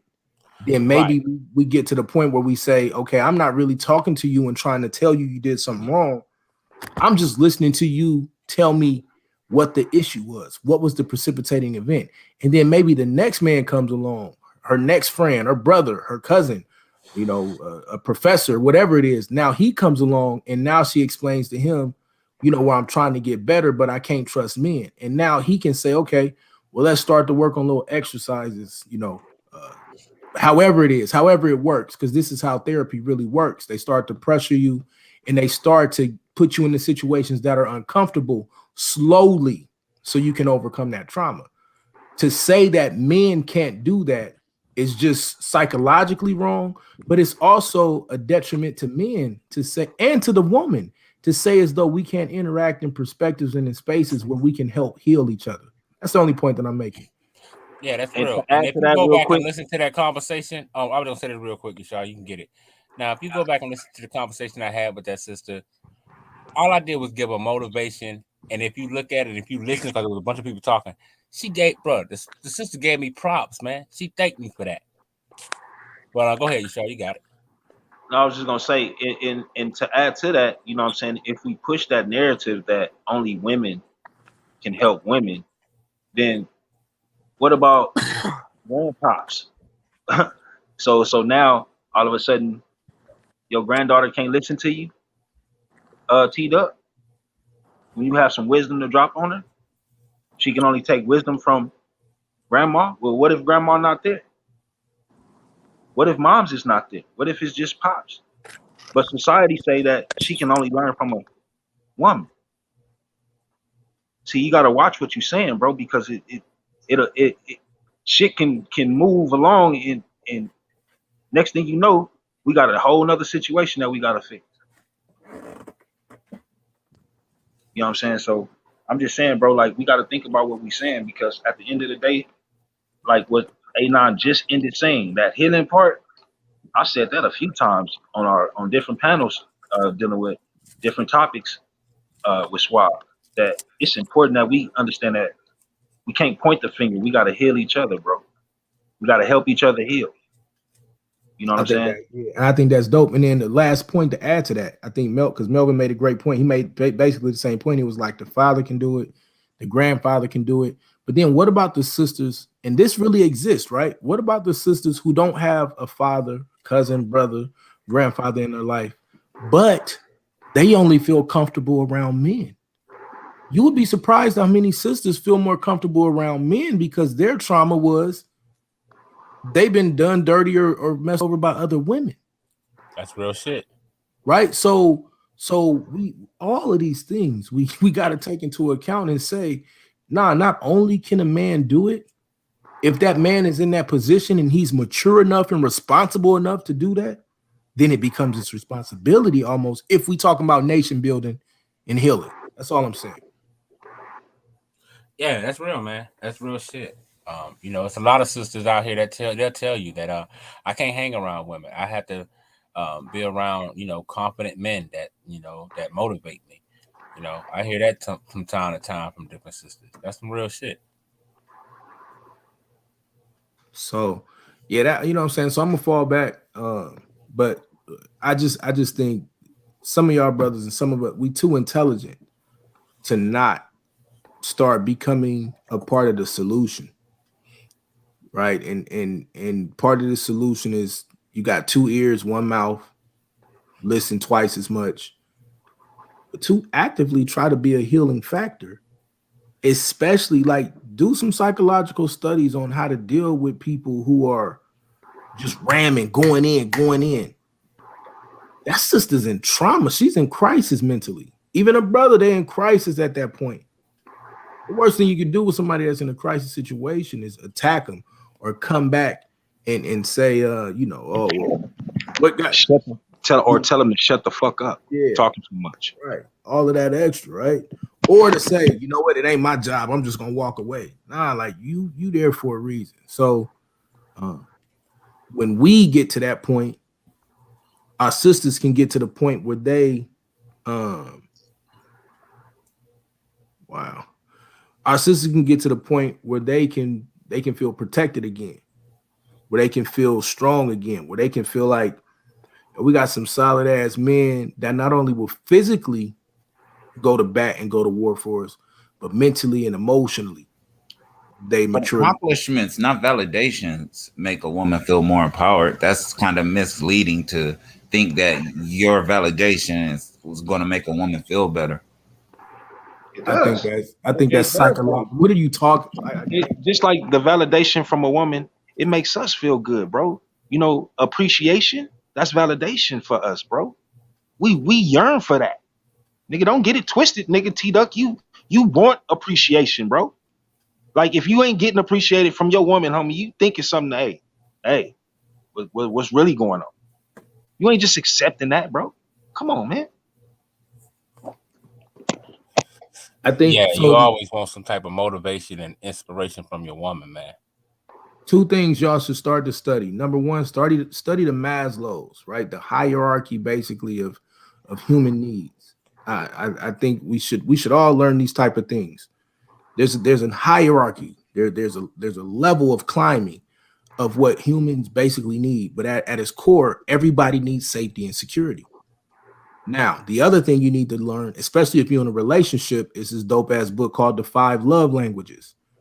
Right. And what you figure out is everybody they got certain languages that they speak in relationships. Because now we're talking about romantic relationships between men and women. If we get into that point, you got to learn to speak your relationship partner's language. But then even if we transcend or move away from just a romantic relationship and just a man and a woman, you have to learn to speak the opposite sex's language, right? And that comes from studying. That comes from, oh yeah, I ain't gonna post that one yet. No, yeah, because you know they're gonna tell you can't speak for a woman. You know you're gonna have. No, that ain't what I'm. Nigga, please, that's not what I'm talking about. Elder wanted me to post. Elder wanted me to post. I'm just saying when you saying speak that language. I mean, you know what? I'll talk about. I'm just saying though, because I didn't try to say that before, and they said, "Oh, you can't speak for a woman." So I'm like, I didn't say nothing about speaking for a woman. I talked about speaking her language. I'm talking about understanding. So like, okay, and I'll be transparent so you can see where I'm coming from. So like for me, acts of service are really huge for me in my relationship. My wife is a gift, you know what I'm saying? Like, and not only receives, that's how she tells you she loves you, by buying you gifts. Right. And so that's what I'm saying. So you got to understand these things in a relationship. And then now if you translate that into how you're dealing with people, I was showing this to Elder Yara, and I guess I'm gonna have to start bringing all of this stuff out to y'all so y'all can see it. You have a thing called a drama triangle. I don't know if Suave is here. If he is, I'll share this. But you can look up the drama triangle, right? And what you see is there's this constant circle going on of you're either the rescuer or you're the victim, right? And so there's this constant pursuit, and the only way to fix that is to hop out of the triangle and say, I'm no longer going to be the accuser. I'm not going to be the victim. I'm not going to be the rescuer. I'm just going to be healthy. And we all, if we not careful, why Ziggy A9 got the psych degree, fam. Not been taking the classes. I got the paperwork. But what you have to realize though is when you jump out of that circle, that's when empowerment happens. And when we really talking about fixing, we got to jump out of that circle. We got to stop being so accusative. We got to stop trying to rescue everybody, and we got to stop playing the victim. Right? We got to be balanced, and a part of that balance is learning to listen. So I'm doing too much though. I'll shut up right now. You're on point, man. That's key to me. That's key. Listen and observation is key in your relationship. I think a lot of relationships are predicated upon, ideas or tenets that are not conducive to happy relationships. I think the very tenets that we use are very contentious, and the people that are able to make it work, it's a blessing. But I think we have to be disciplined when we talk about relationships. We have to persevere when we talk about it's certain tenets we have to adopt when we get in these relationships, and even in life in general. Like discipline is the key to everything. It's not so much a sacrifice, it's just the values that you adopt, like discipline, you know what I'm saying? Having the intestinal fortitude to, get through the hard times and withstand it. You got to have courage in a sense, to get out there and, do certain things. You got to, it's just a lot, bro. And the whole thing is that we don't honor those things. We always trying to match our relationships to be like, the societal projections rather than, just basing it off tenets. Like the very you could base your relationship off of tenets and see how much further, it thrives and how less stressful it is and how you can actually accomplish the things that you're trying to accomplish once you minimalize it to a point, you know what I'm saying, where you're dealing with certain, values. I'll put it like that. And these people that are hard-headed and, they fall on their ass, it's just like, if I told my son to not, climb up on the table and he fall off the table and I hurt his ankle, I'm not about to pick him up and baby him and hug him and be like, oh, poor baby, I will comfort him to some extent, but I'm going to be like, didn't I tell you not to do that? And now you got to deal with the fact your leg is hurt. Yeah, I'm going to take him to the hospital. Yeah, I'm going to make sure he get right and everything. But I bet you what he's not going to do is get back up on that table. And it's a process. And I think brothers are so quick to intervene on that process of healing, thinking that they're the doctor or they know what's best for this woman. And they may have a better understanding, but sometimes you just got to let people, you know what I'm saying, realize things on their own. Right, but when they come to you for your opinion, that changed the table. See, I agree, and I was gonna say the same thing about the child. So, many of us was raised thinking with the same type of concepts that T-Duck was talking about, and that maybe was good because we was growing up in these gladiator camps, right? But what science has now shown is the child that grows up and is much more well adapted and ready to be successful and be well rounded in this world is the child whose mother is not going to say, well, just get up and rub some, wipe it off. They actually nurture that child, right? This is what the science is now showing.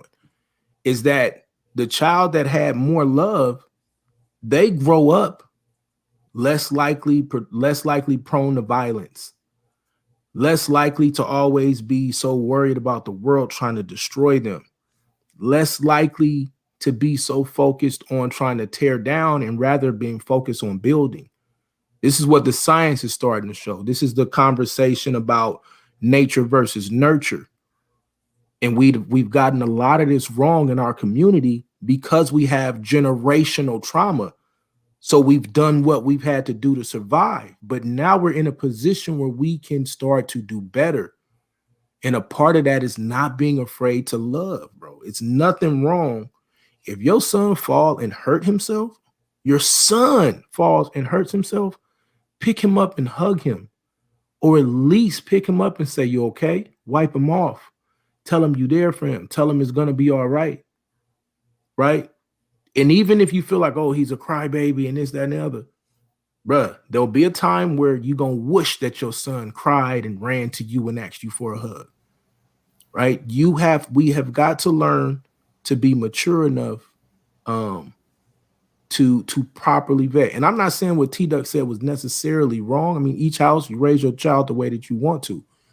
But, you know, like I had a grandpa who, if you fail, he might hit you. He might take off on you if you cry.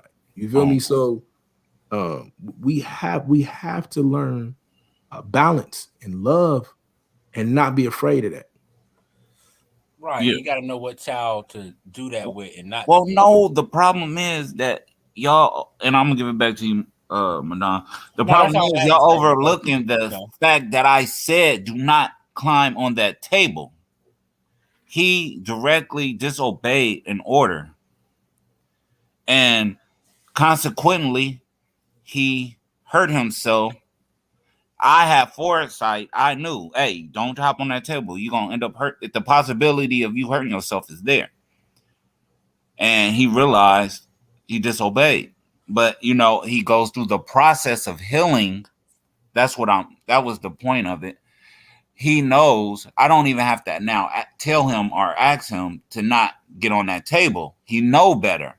There were consequences to him getting on top of that table. So now I don't even have to, warn him about getting on that table. He's not going to get on that table because of the consequences. And in that time, I minimalized all, my interaction with him only to show him that I'm still there for you, even though I know you was wrong. I'm still here, but I'm going to let you heal on your own. You have to learn from this experience, just like I had to learn from it, so forth and so on. That's how people grow, not by people interceding themselves within it, because then you become dependent. Now a person is dependent upon you because they never did it for themselves. And that's what we have to stop having. We have to stop having these lemming type people. We need leaders on all aspects. That's what, but I'll let y'all make it say it better than I can. But go ahead, Madonna. I didn't mean to cut you off, bro. Oh, no, you ain't cut me, King. Let me respond to that real quick. Once again, like these things, it's devoid of nuance. I didn't miss the fact that you said you told him not to do it. I'm saying love him even through that. And Shamika Ghostly, I think? It says it builds a bond of security and trust. See, what we're talking about now is I'm going to make sure that my kid don't do it because I told him not to do it and they trust me enough not to do it. The problem is that there wasn't a bond, that bond isn't built to where when I say don't do it because you can hurt yourself, that they trust me and they don't do it.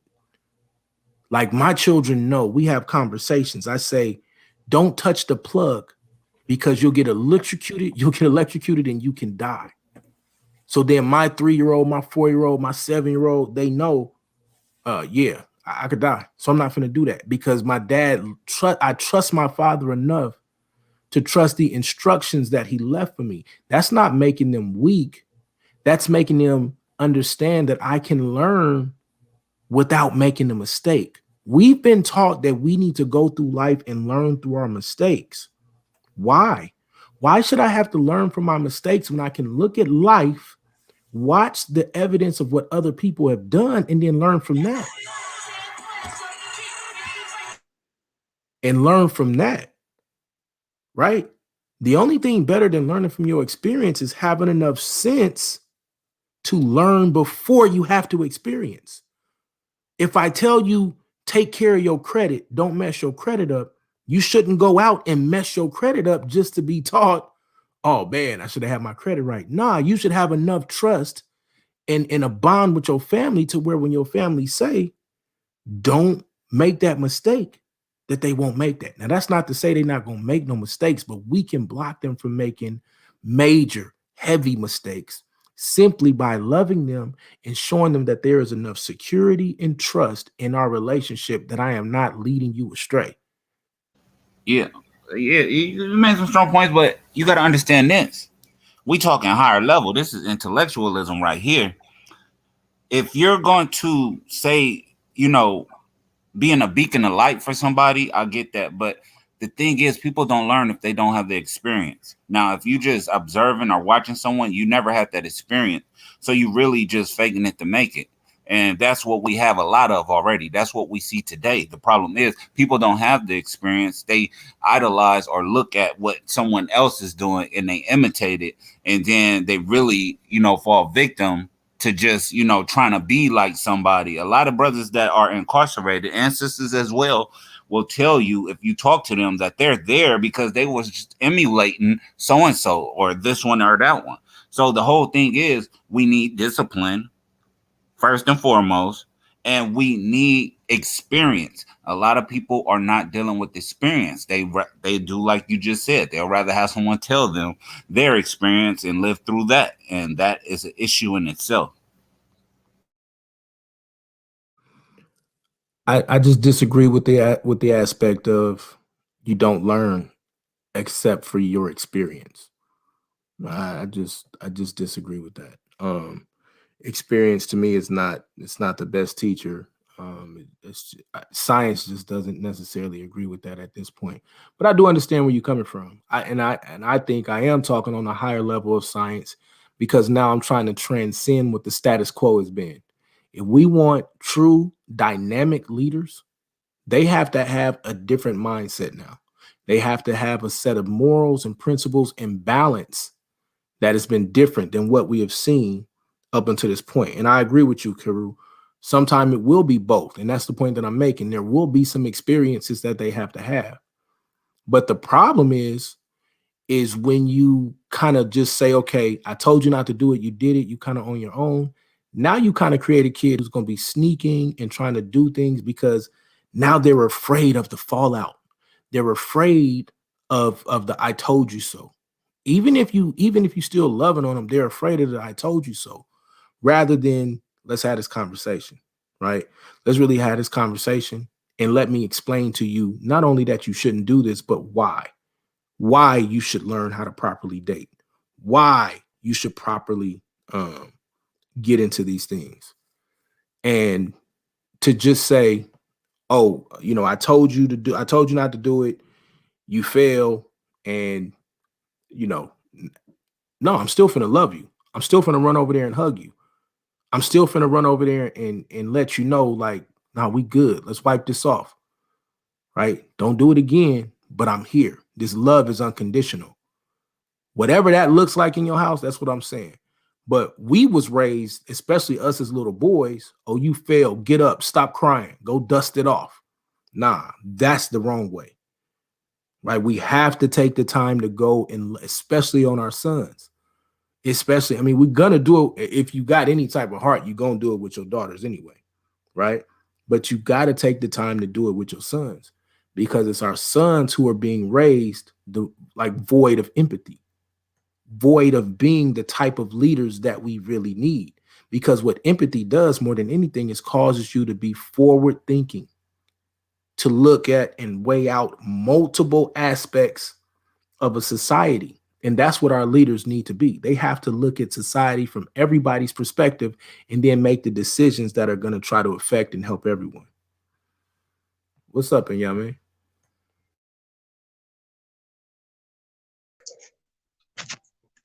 What's good? I'm smacking right now. A little midnight snack. Peace and y'all make peace, King. Peace. What's up? But while he's smacking, I'm gonna give y'all one more book. It's another book, and this is another relationship book. It's called Love and Respect. All right, and this is an amazing book that basically talks about the dynamics between men and women in the household. And what you see is the woman is begging for love, and the man is saying he's begging for respect. And so what you see happening is another dynamic a lot of times is, well, they're both saying, well, if you don't love me, I can't respect you. And if you don't respect me, then I can't love you. And they just keep going in this circle. And the only way to fix this is whoever becomes conscious or cognizant of what's going on, they hop out of the circle and they say, I'm now going to respect you. So let's say if it's the sister, I'm going to respect you regardless, unless it's a deal breaker. You know, we're not saying respect somebody when they beating you or respect somebody when they cheating on you and all of that, right? But if it's within your reason and your principles of these are not deal breakers, I'm going to respect you. And it's the same thing vice versa with the man. He's going to say, I'm going to love you regardless. And what this does is this causes people to come out of selfishness, causes the people to come out of different things in a relationship, and you create a healthy dynamic. So 2 good books, 5 Love Languages and Love and Respect. You know, those are great books for building relationships. And that's, you know, I get off my soapbox now. Nah, that's real shit, that's real shit, King. For sure, man. Yeah, that's some good stuff. I think I know a little bit about what he's talking about. I've dealt with that out through multiple relationships. Y'all may got a whole tribe over there.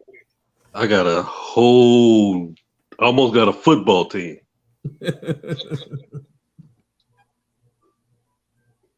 My wife won't stop. It work both ways. No, that's a blessing. Yeah, it's a blessing. That's what she keeps telling me. Yeah, I know it don't feel like it financially. Financially, man, food is so high now. Right. Yeah, but, I can imagine. Man, that's crazy. Give us some wisdom, OG, before I fall off this thing. I wanted Yara to explain about men need to be more nurturing, but if he can't come on, that's why I was trying to get on. You already know what time it is with Yara. Do you disagree with that? Yeah, man. No, I don't disagree. I just need to understand what does that mean. I kind of feel he wants you to be a J-Cat. That nurturing altogether is gone. It's just gone out the culture. Right. It's basically taking sacrifices, man. I mean, that might be a poor choice of words in a relationship.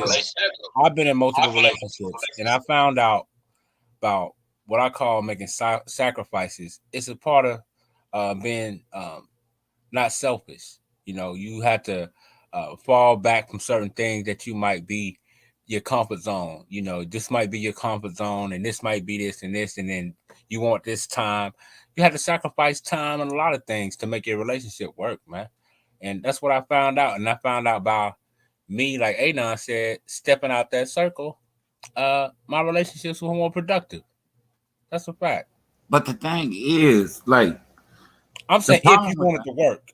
Yeah, but the problem with that, bro, and it's not what the problem with what you said, but the whole idea about the nurturing thing, it's like you trying to overcompensate to make this person comfortable rather than being yourself. And I think that's misleading. I'd rather be me and you accept me for who I am rather than, you know what I'm saying, try to, you know, woo you or make you feel like, you know, if you uncomfortable with me, you uncomfortable with me. Just say you are. Nah, go about my way. But I'm not about to sit here and play like I'm something I'm not just to get you. And then, you know, I bounce on you or I lose interest. And now you feeling victimized and feeling bad when, you know, if you would, you know what I'm saying? It's just like, I feel like it's cheating. It's like a cheat code. You know what I'm saying? That whole nurturing thing is very predatorial to me. Like, I'd rather just be me, and you love me for me, or you don't love me for me. Because that's what I'm hoping I'm getting from you. I hope I'm getting you, not this something you trying to portray. And I think that's where a lot of people go wrong. They can only fake it for so long, and then when you get the real person that's picking their nose and farting in your face, you know what I'm saying? Then it's just like, ugh, like who is you? You know. Suave, if you there, Yara trying to get on the panel, bring him on. Let me push on this real quick. I'm trying to remain respectful because some of what the brother's saying, I get. I don't understand how you conflate not being able to be yourself with being nurturing, right? If we understand the definition or the understanding of what nurturing is, we talking about encouragement or growth or development, right? I'm not talking about changing the person that you are. Like if you can't be in a relationship and encourage your family and encourage encourage your significant other, I think you got bigger issues anyway. I think you should be able to be yourself. I don't think you should date anyone that you can't be with, but I also think a healthy human being, especially men, and especially now when we move into talking about black men, we need to be in a position where we are encouraging growth and development. Part of growth and development is nuances, right? Little things that separate, especially our children, from being violent, on edge, stressed out, to secure, focused, and real leaders. That's what nurturing is supposed to provide. Nurturing is supposed to bring about a calm stability to your children. So, for instance, if you're a father, and while there are times where you're gonna give your child the business, if they messing up, they should definitely know though. Like I walk through the house and my kids just yelling out, "I love you, daddy." Like that's amazing, right? They need to know what love really looks like, what calm looks like, what peace looks like. So now they can go and figure out who they are and how they're going to interact with this world responsibly and respectfully. That's what I mean, and Yame, when I'm talking about fathers nurturing. I ain't talking about being soft, right? My son kicks it with me so he can learn the difference between being with daddy and then being with mommy and my sisters. So yeah, there's definitely the aspect of gender roles. We're not talking about blurring the lines of gender roles, but there is definitely the aspect of we still got to nurture, we still got to love, we still got to care, we got to encourage this new growth and development. Right. We should just say raise, like instead of saying nurture, because nurture connotatively is like some sissy stuff, to be honest. So, and it's not saying that, I'm not saying that, I'm just saying that to be real. So why don't you just say we need to raise our children? Like it makes no sense to use the word nurture.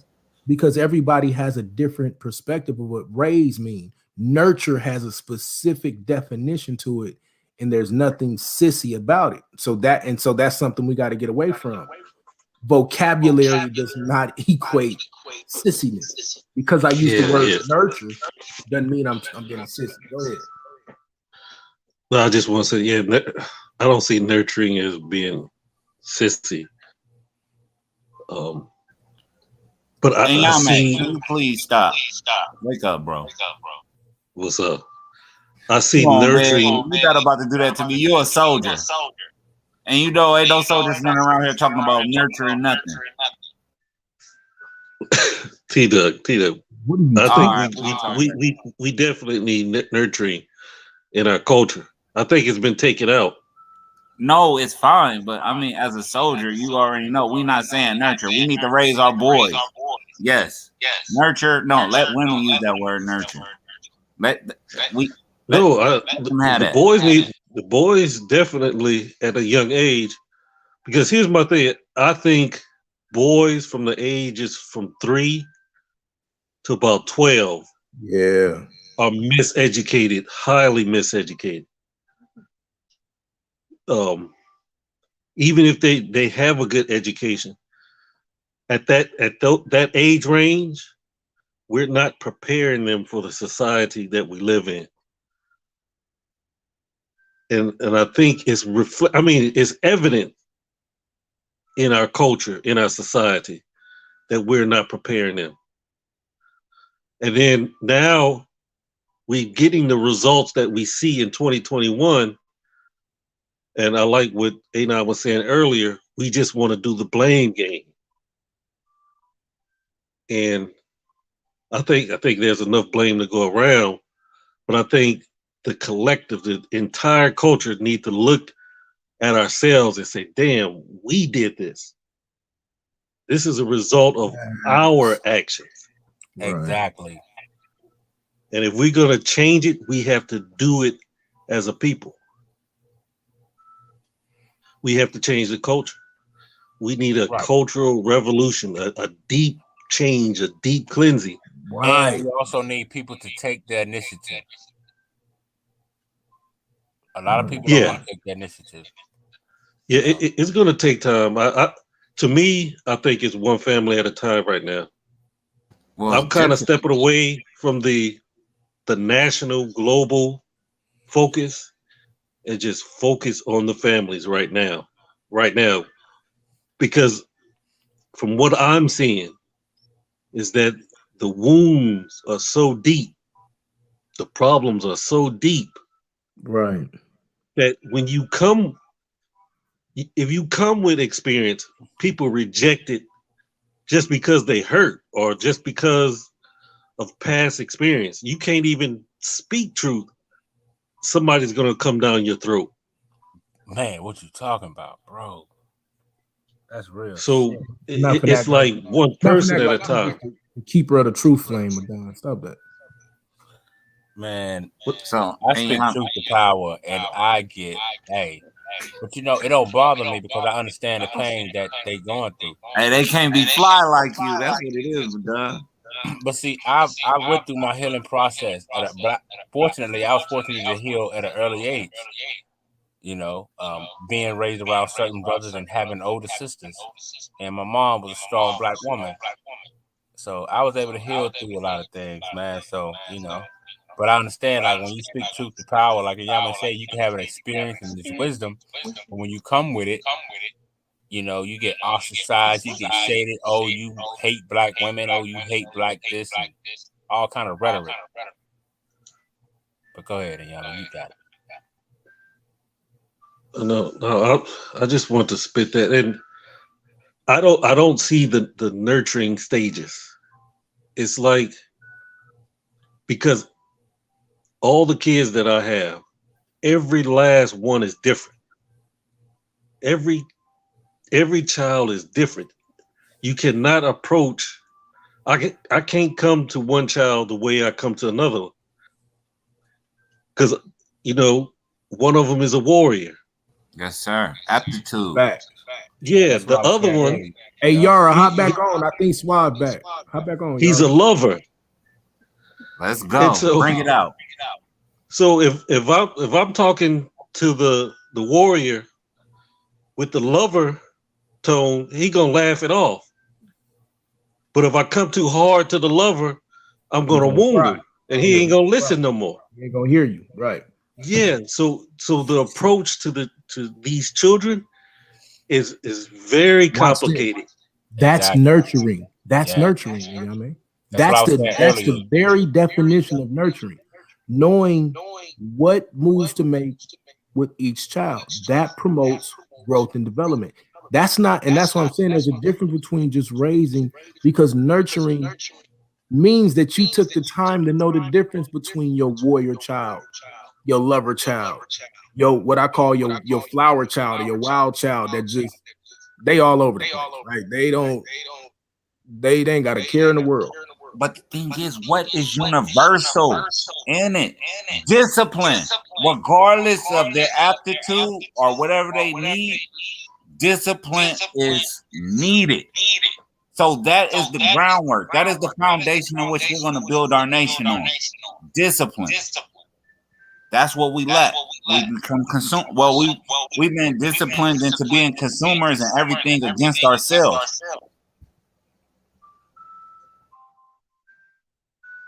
I mean, I don't think nobody disagree with that. I don't know how that interacts with what we're saying right now.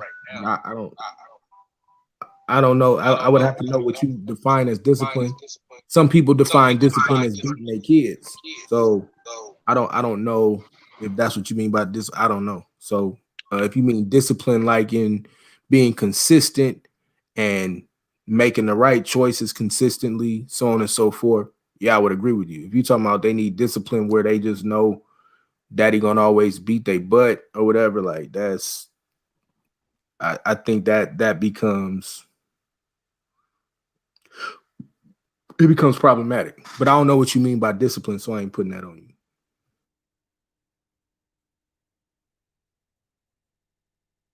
Discipline to execute without adherence or being distracted. You know, being to a strict regimen. Got you. Okay. That you can follow. Yeah, I agree with that. I agree with that. We all need more focus, right? In that discipline, or because we got this procrastination situation going on in our society too. Yo, peace to you, Elder Yard, man. What's happening? So it's not really growth and development. It's staying focused. We got to stay focused. Bro, you're not gonna get away from the fact that we need that growth and development. You're not getting us off the fact that we need that nurturing. I'm just. Yeah, shalom. I know you don't like the word. It's what it is. Shalom. Yeah, let me shout out to the panel. Let me say this. First of all, I cannot use the term growth and development. Sorry, Swab Boss. But he know what I'm talking about. But everybody know what you're talking about. For whatever reason, some people think that nurturing is devoid of discipline. That tells me you have a severe lack of understanding of what nurturing is, right? Bring it out. Nurturing involves discipline. Bring it out. But let's deal with the fact that when most people's understanding of discipline goes awry, and it's devoid of nurturing. And watch this. When you if you stick your hand out to your child unaware, and the first thing he does is jump because he's used to you disciplining him with your hand instead of hugging him with your hand, when you reach out to him, then you're not raising your son and you're not nurturing him, right? You're dealing with your child from an aspect of fear, right? And let me explain this, right? When the scripture talks about the fear of the Lord is the beginning of wisdom, right? It's not talking about that you're afraid and you're shivering and you're shaking in your boots, right? It's talking about reverence and respect, right? It's talking about giving honor is due. And unfortunately, we have people who think when your son falls, man, it's your job for your son to suck it up. Boys don't cry, right? And you feel you're instilling discipline, but you're missing the nurturing part. The nurturing part says it's okay to pick your child up when he hurts himself and to tell him it's going to be okay. And you tend to their wound. And then you teach him on how not to make the mistake. But first you begin with the nurturing and the love to understand, to teach your son that it's okay to say, I'm hurt.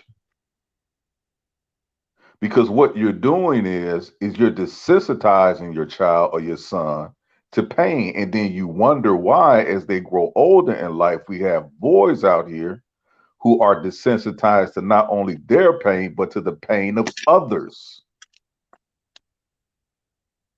And so when the sister came on and what Anon was saying earlier about empathy, you're saying disciplining your child, but what you're doing is you're raising them without empathy to someone else's pain, because you've trained them and taught them that as a boy, they should ignore their own pain. And we wonder why we have boys who would so easily take the life of another. They would Can I so say something? easily take their hand and slap someone else's child because you've taught them and raised them that their pain is insignificant as a boy, to ignore it because you're not nurturing. And so when you say, oh, we can't use the term, we shouldn't use the term nurturing, we should just use the term raising. Well, what is raising? How are you really truly raising a child without nurturing? Why is y'all so long? This is what I mean when we have too many people who understand and put this over the child. Hey, with all due respect, big bro, you Borgin. Experience, I'm not. Hey, you're Borgin, man. You breaking up a little, Yar. I mean, but the thing is, it's like you reinforcing negative behavior. Like you're not no help. Like my psychologist, my teacher, he told me like his son will fall. Like his son will try to get what he want. Oh, good. You're Borgin, Yara. So his son would try to get what he wanted out the store, and if my teacher didn't get it for him, he would. Oh, good. We can't hear you, Yara. Yara, you Borgin. Yeah, we can't hear nothing. You gotta go out and come back in. But the whole point is, the dude will fall out. He would fall out, and his son would be crying and making a scene at the store. And what my teacher said, he would just walk off. He would walk off, and then the little boy, you know, would look around for his father, and then he'll stop crying. He'll get up, and like it's more important that I find where my father is, and then I fall out. So then he also noticed, like, so his son would repeatedly do this, but the first time his son hit his head hard, like ow, so he was crying from that. So the second time his son did it, he kind of made sure he didn't hit his head when he wanted to fall out. He fell in a way to make sure his head wouldn't hit that floor of that store. So the whole thing is, if we're gonna, you know, reward, you know, certain behaviors, we're gonna have the effects we see. It's not a lack of love that we're seeing take place. It's the reinforcement or the always trying to come in and help when help is not needed. When we don't allow people to think for themselves. We always trying to control how someone thinks and do things, and we give them these, you know, these tenets and guidelines and things of that nature. We never allow people to accept things. It's like you either our way or no way. But y'all right back, so go ahead. Yeah, but hey, hold on, Yar, please. 30 seconds. 30 seconds. Go ahead, bro. Go ahead, bro. That is not the same thing, man. That is nowhere near the same, and it doesn't even approach what we talking about nurturing. To say that Yara is enforcing negative behavior because he's telling you if your son falls, that the first thing we do is love him. It doesn't equate. You're talking about a child who's in the store. You're applying what I said to that moment. And when he said that was not what I was equating. Bro, that's the example. He said other things. He said more than just that. No, you're applying it to that, and I'm trying to correct you. He said more than just that. Bro, that's the example. But that's not the only thing he was talking to. I was not talking. My response of what I said, hear me clearly. My response of what I said was not to that point. Finish your statement. This is where like it always go left. Like no, it's not going left. I'm just saying don't equate what I said to that point. That's not the point I was referring to in his argument. Appreciate you. So when we make the statement about reinforcing negative behavior, and then you bring up the statement about a child throwing a temper tantrum, the only thing I can understand is that you're equating negative behavior, reinforcing negative behavior with temper tantrums, and Yara wasn't talking about temper tantrums. But regardless, there's nothing wrong with nurturing, and we need more of it. And all the wise men that I know that really raise kids correctly, that teach people correctly, that make sure that they are trying to raise people of integrity, intelligence, and still and y'all may say, like, he got a warrior. Like, I got a warrior in this house, 100%. My son is a warrior, came out the womb that way, right? There's still a level of nurturing that I got to do, right? And he knows I love him, and he's well balanced, but he box with me. He do everything. Like, everything I'm doing, he do with his pop, right? If we don't get this message and move away from this fear of being balanced fathers that nurture our children, we run the risk of not having the leaders that we need for the future. And that's just the truth. And not only run the risk, we almost guarantee, because we're showing that we haven't learned from the past. And Yame is perfectly right when he's saying we're to blame for these gladiator neighborhoods that we live in. Can I say something real quick? Yeah, you got it, Battle. What I seen is from the uptick of the rebuking of the whooping of the children, because that right there was something that they had to make a law for, which was targeting blacks. Because at the time, in the early 90s and late 80s, that's when they started coming through with that political rhetoric about child abuse and whooping kids. But the only people that was actually being addressed with that was the blacks. They were doing that stuff because they were taking us away from the crack epidemic and placing us in foster homes. And part of their excuses to doing that was saying that we were being abused.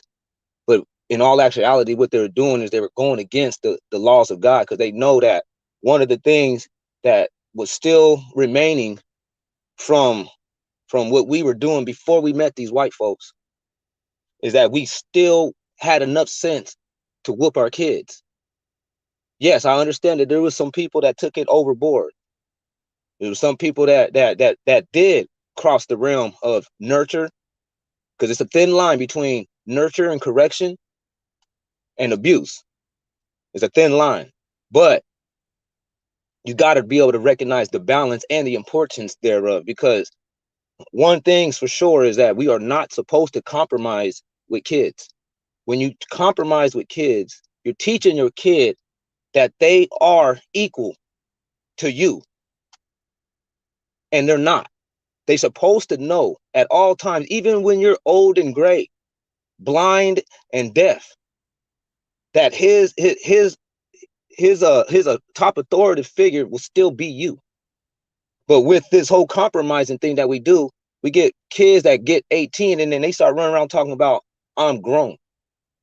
I do this because I'm a grown ass man, or I'm a grown ass woman. And then that is rooted in being equivalent already being anticipated or prepped to thinking that they are an adult. See, that's what you do when an adult comes down and reduces himself to a child's level and compromises with him. Say, don't go and do this, because if you do this and that and this will happen. You don't need to tell them the reason every time. Why? Because this is not really a democracy. The kid got to first learn a dictatorship before they can actually learn a democracy. They got to know that there's a chain of command. They got to know that whether right, wrong, or indifferent, like they used to teach me in juvenile prison. They used to say, accept at the lowest level, right, wrong, or indifferent. In other words, nobody gives a shit about what you think was right. Accept the orders, and the heat will get off of you. But as long as you're sitting around here looking for an explanation or a reasoning, you're not actually learning, and you're being taught to question authority. And that's the reason why we see the uptick in gang violence. It's not because gang members taught kids. No. Where did it first start though? It started with us not disciplining our kids and holding them to this degree of behavior that is acceptable, like we used to have with our grandmamas. A lot of people have a lot of stories about how their grandmama was raising them in comparison to how their parents was raising them. A lot of people, they say, well, my grandma or my great grandma, this and that and that, she didn't play this and that. You're like, oh, okay. So your grandma is in contrast to what your mama was doing, huh? Because you didn't bring up your mama doing it. So it was your grandma. You know why? Because your grandma was rooted in how things were supposed to be. Because they didn't have the white man with his hand inside the slave shack like that. But now that we got televisions, that's the white man's hand in your home. And we got people being taught these things from television. Fact. Because before all of this, before all this television programming of the family settings, we knew how to do it. And we saw how white folks raise their kids too. And we didn't accept that. We saw the white kids, like me, myself. I seen white kids falling out in the store. But when I was growing up, I never seen a black kid fall out in the store at all. When I was growing up, I seen white kids and Mexican kids beg for candy. Be begging their parents. But black kids, they never did it. I'd never seen. I'm not saying, well, I did. Well, hey, that was you. I'm not talking about yours. I'm talking about my experience. Me growing up, I never saw it. I didn't start seeing that stuff until a whole generation became now the parents that don't whoop kids. The 2000s. The 2000s. And now these kids is faggots, gangbangers that still just looks like faggots. Come on now. Real shit. Come on now. And then the women, come on. Let's stop sitting around there putting them on a pedestal, making them think everything's all good. They're not. This is the worst. This is the worst round of black people that have ever existed on planet Earth. And that's according to the Bible. It says in the last days, it's going to be a gross darkness upon the people. Talking about the children of God. They're going to be the worst. They're going to be really, really, really in a fucked up position. I'm talking about in the mental. Adulterous generation. Adulterous, hypersexual, disloyal, lack of commitment. These people they have no commitment because the parents never made them commit to anything. Because when you're compromising with them, that's not even offering them the realm of commitment. You're offering them the realm of choosing. Make your choice. I'm gonna give you the reason, but I'm gonna leave it on you to make the choice. No. You're gonna follow what I say. And we need to get that back in, because God, he is not the God of, I'm going to pick you up because you bumped your knee. No, he's the God of, you take my commands as if I was a king. Take my commands like I literally commanded you, not as if I'm asking, like you got an option. That's not the God that we got in this book. So why the hell are we trying to be a type of nurturing vessel that is not equated with God? God don't get down like that. We're supposed to be made in his image. That means that when we look and see how he gets down, God doesn't do that. He says, keep my commandments or you be cursed. Cursed is to be destined for a destruction. We can do that same thing when you whoop your kid. You tell them, don't you talk back. In the moment the kid said, you say, hey, go pick up those shoes and all that trash y'all left down there. Oh man, that's when you're supposed to come flying across the room and getting on that tail. No more talk, no more compromise. This is not a democracy. You must learn to do what I say, because when you become an adult, you would know how to respect, and you would know how to teach respect. But all this other stuff, this compromising, just makes it to where the women get into a relationship, and guess what she's doing? She's still compromising. Hey, she's still looking for the compromise. She's still looking for the the choice. And it's like, no, man. That's the reason why our households are always out of order, is because we're not teaching the kids that you're under my command, and I'm your leader. I don't have time to sit around here and reduce myself to you, because at the end of the day, I have no fucking idea how you're going to be when you grow up. And that's what the book of Ecclesiastes even says. It says you got men that spends all their life trying to maintain fortune to pass it down to their kids, not knowing, having no clue on how they're going to be when they grow up. You don't know if he's going to be a sinner. You don't know if he's going to be addicted to gambling. You don't know anything about it. I just want to ask a quick question, bro.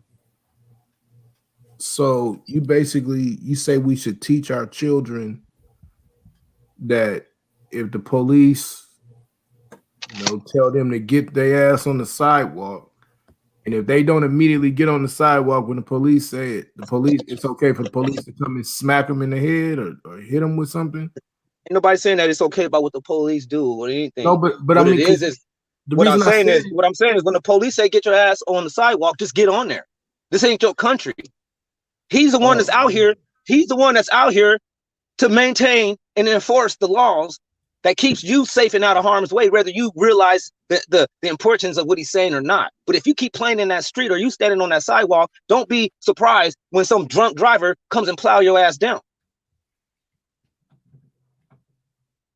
So when the police gets out the car and bumps you upside your head, that was God doing that, because God looking at you like, you fool. And wait, what? Yes, God said that he said submit to the powers and the authority of the rulers. Hold on. He said submit to the power and authority of the rulers. He said, why? He said, because I didn't give him a sword for no fucking reason. He said kings bears a sword so they can have fear, so you can get respect. Like, they don't have these swords because this is for decoration. God given us these people, these police, to bop you upside your black ass head, is because at the end of the day, that's what God would do anyways. We wicked as fuck. And let's stop sitting around here telling ourselves that we're not. You're not.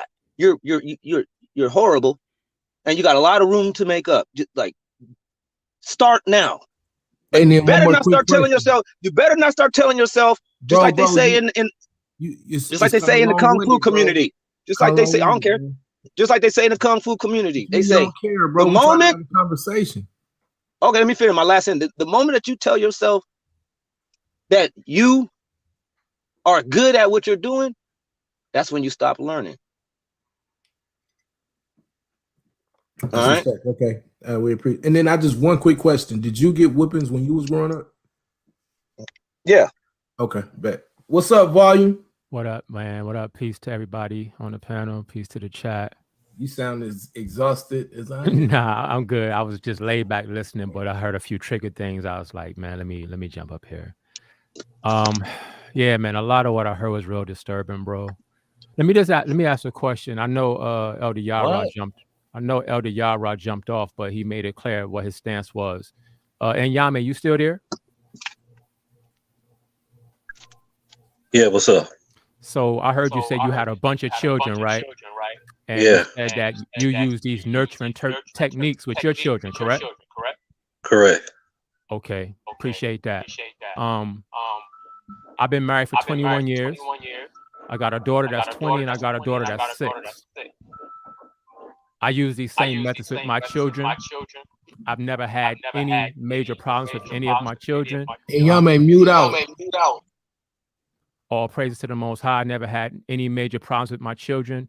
Both of my children excel in school beyond the norm. And the reason why I'm using that as an example, I also counsel people. I've been counseling for over 10 years. And I use these techniques with our people all the time. You see, the problem is a lot of times we are so unwilling to learn and to progress as time goes on. We try to hold on to things that we feel worked for us, and we don't grow and learn how to get better. Another example, Anon. I know you don't like talking about yourself like this, but I'm doing this to make a point. You got degrees in this area, correct? Yes, sir. You have counseled people, not just talking about it. You have literally sat down with people and counseled them through difficult situations, marriage-wise and with children. Am I correct? Yes, sir. And this is why it becomes very nonsensical for some people to start talking about stuff. And I don't mean no disrespect to nobody, but this is a serious issue. To come on here and start talking about stuff, freestyling about stuff that you really don't know nothing about. Not I ain't in real life. freestyling. I ain't freestyling Battle because act. let me ask you Hold this. on, hold on. You're talking about me. Did I say, bro? Battle axe. I Come never on, said bro. nothing about battle axe. What are you doing?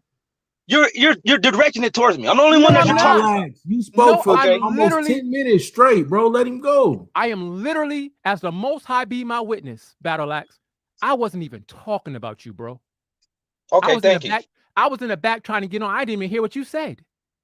Oh, okay, thank you. Wait, are you going to apologize? I said, okay, thank you. No, I said, are you going to apologize? No, I didn't offend you. Stop looking for all that shit. And that right there. What you always looking for an apology for, nigga? What Because you attacked me for no reason, bro. I didn't attack you at all. All right, anyway, all right, cool. It's okay. It's okay. Everybody sees it. And that speaks to what I was talking about, even though I wasn't talking about you. See, this is what I'm saying. You got people up here that have actually dealt with our people and counseled people through traumatic situations, family situations, children situations, and we know what techniques work. So to come against those techniques and try to brush them off, and again, battle axe, I didn't hear what you said, but if you said something like this, if the shoe fit, it is what it is. That's the problem.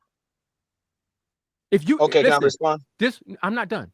This whole, I heard what T-Duck said. I'll say that. This whole, if my child do something and they fall, I'm a, hey, get up. You shouldn't have did it.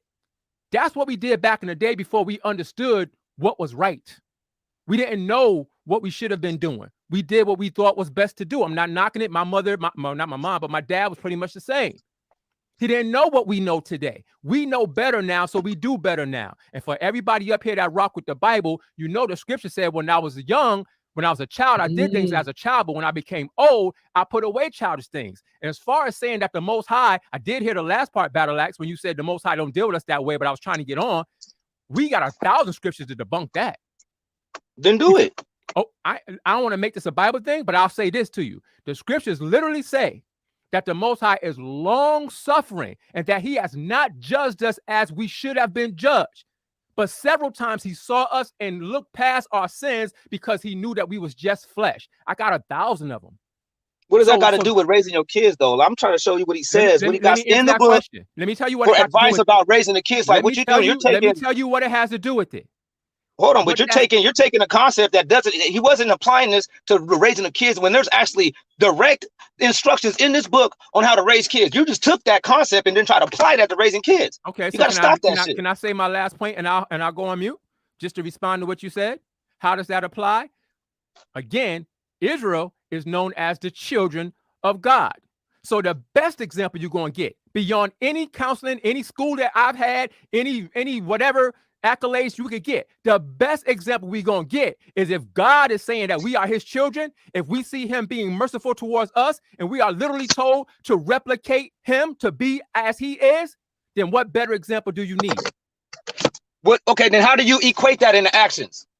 How do you equate that now? Okay, I heard your foundation of the principle. I'm going to. Now, how do you equate that inside of your actions between your kid when he messes up and disrespect or be disobedient to your direction? How do you equate that? Okay, what do you do then? I'm going to answer it, and obviously everybody heard it. We take the example of all the times we have rebelled against the Most High from the beginning of time, and the Bible says that he did not judge us as harshly as he could have based on what we did. So if we say that we are supposed to be like him, then we're going to use the example of mercy, which we see all throughout the Bible. And instead of just beating the crap out of our children every time they screw up, instead, we're going to pick them up, dust them off. You ever read Ezekiel when he talks about what Israel was like when he came across us? He said we was bloodied up, laid out, looking crazy. He came and he cleaned us up. He gave us jewelry. He put nice clothes on us. He nurtured us, brother, even though we was off. What does he mean by nurture, though? If you don't even know what he means by nurture, what does he mean by that? If you don't understand that, then I'm not even going to comment because it's clear what I just said. No, because you never really equated that into like real life action. So this I'm gonna help you out. When he was saying that, like, all right, I ain't gonna punish. I don't punish y'all at the level that y'all should be. There's some kids that there's a lot of times to where they will disobey your word, disobey or do something against what you just tell them, advising, hey, come over here, go this way, or this and that, and they still playing over there. No, you don't fly across the room and whoop them every damn time they do something wrong. That's that mercy. You put a balance into it. But then there is a time to where you're like, I got to lay the hand down. Why? You're like, because this is a disciplinary moment. This is no longer. You're talking about this is no, but that, no, I'm talking exactly about what you're talking about. I'm talking about exactly what you're talking about. It's just that I'm able to put it into real time scenarios. When you just spoke vaguely, I'm not speaking vaguely. I'm gonna tell you exactly. Now look, let me get this scripture. Hold on, let me get this scripture. Hold on, we'll get your scripture. I have a hey, because it says right here in the book of let me say this real quick. I got the scripture real quick. I already got the scripture. Hold on. It says in the book of Proverbs, chapter 13, and verse 24, it says, he that spares the rod hates his son. We know this. What? He that spares the rod hates his son. Yep. But whoso loves him, hold on, man. Let me finish the fucking sentence. You, bro.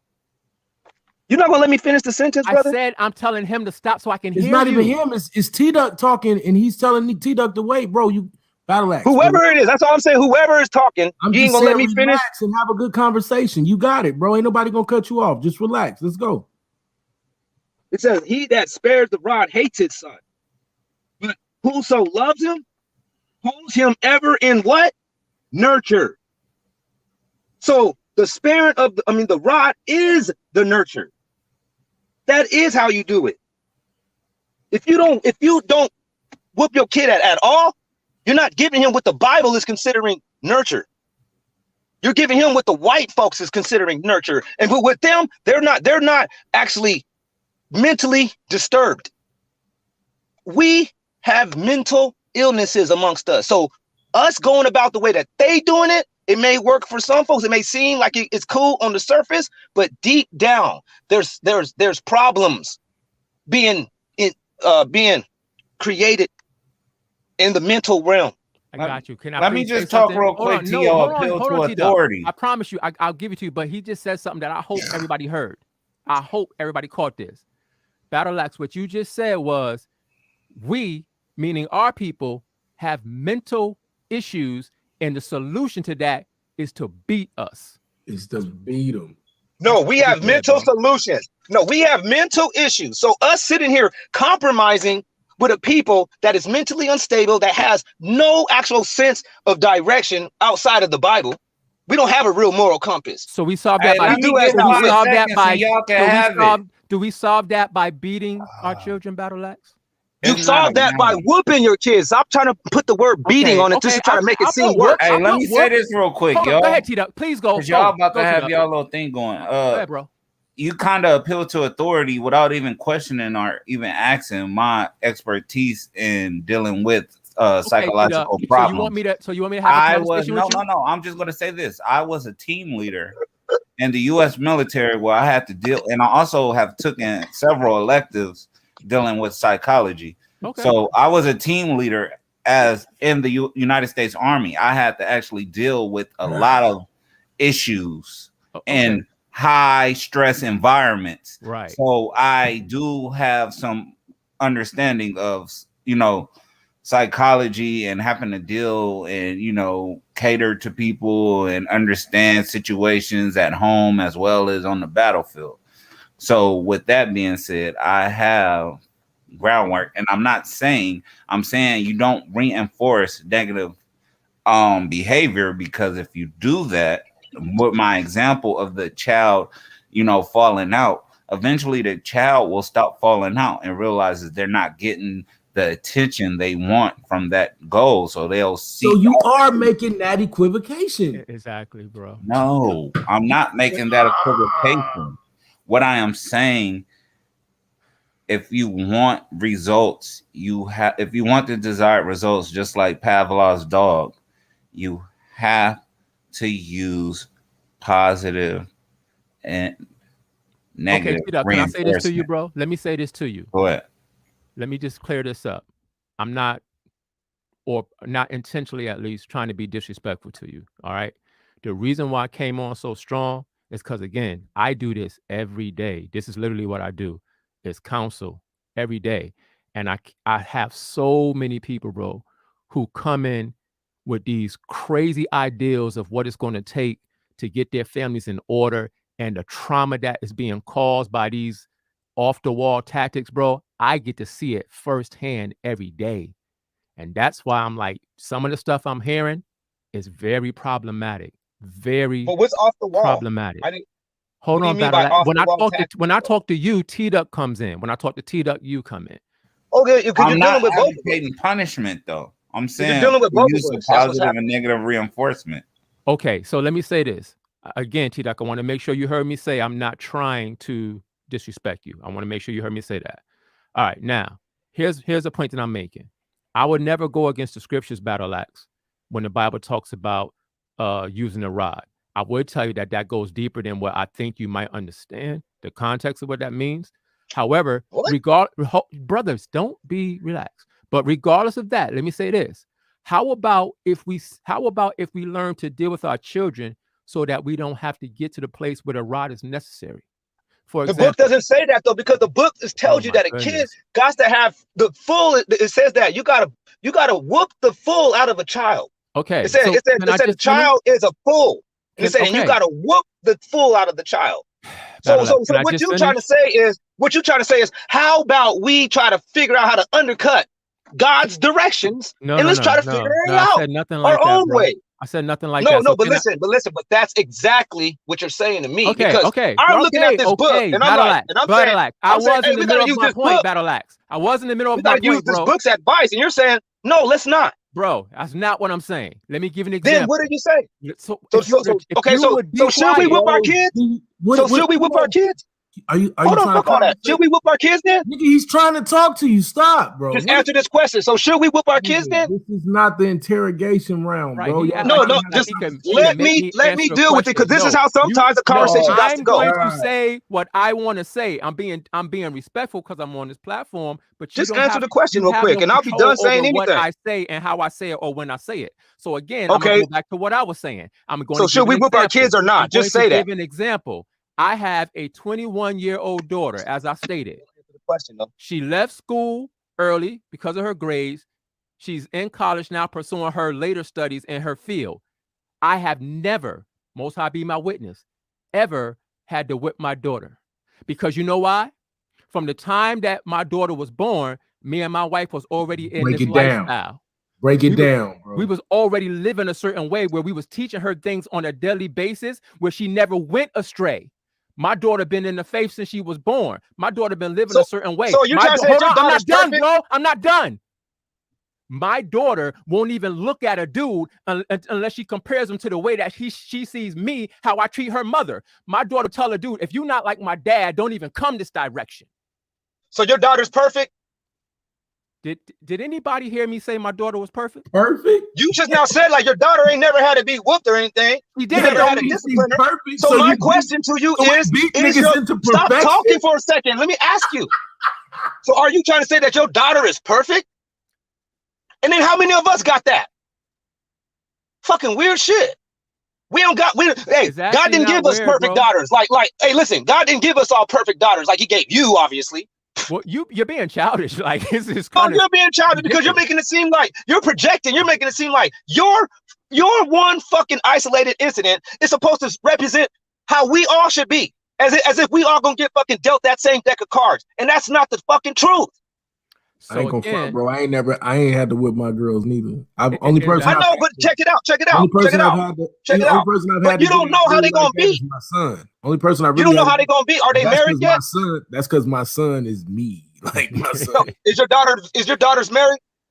My oldest is. Oh, okay. My oldest is I mean, she's getting there. But yeah, no, none of my daughters. No, I'm asking, is she married? Said no, none of my daughters are married. So we don't really know yet how this is actually going to play out and what's going to happen, because she still got other things. She still got other levels in life that she got to get to.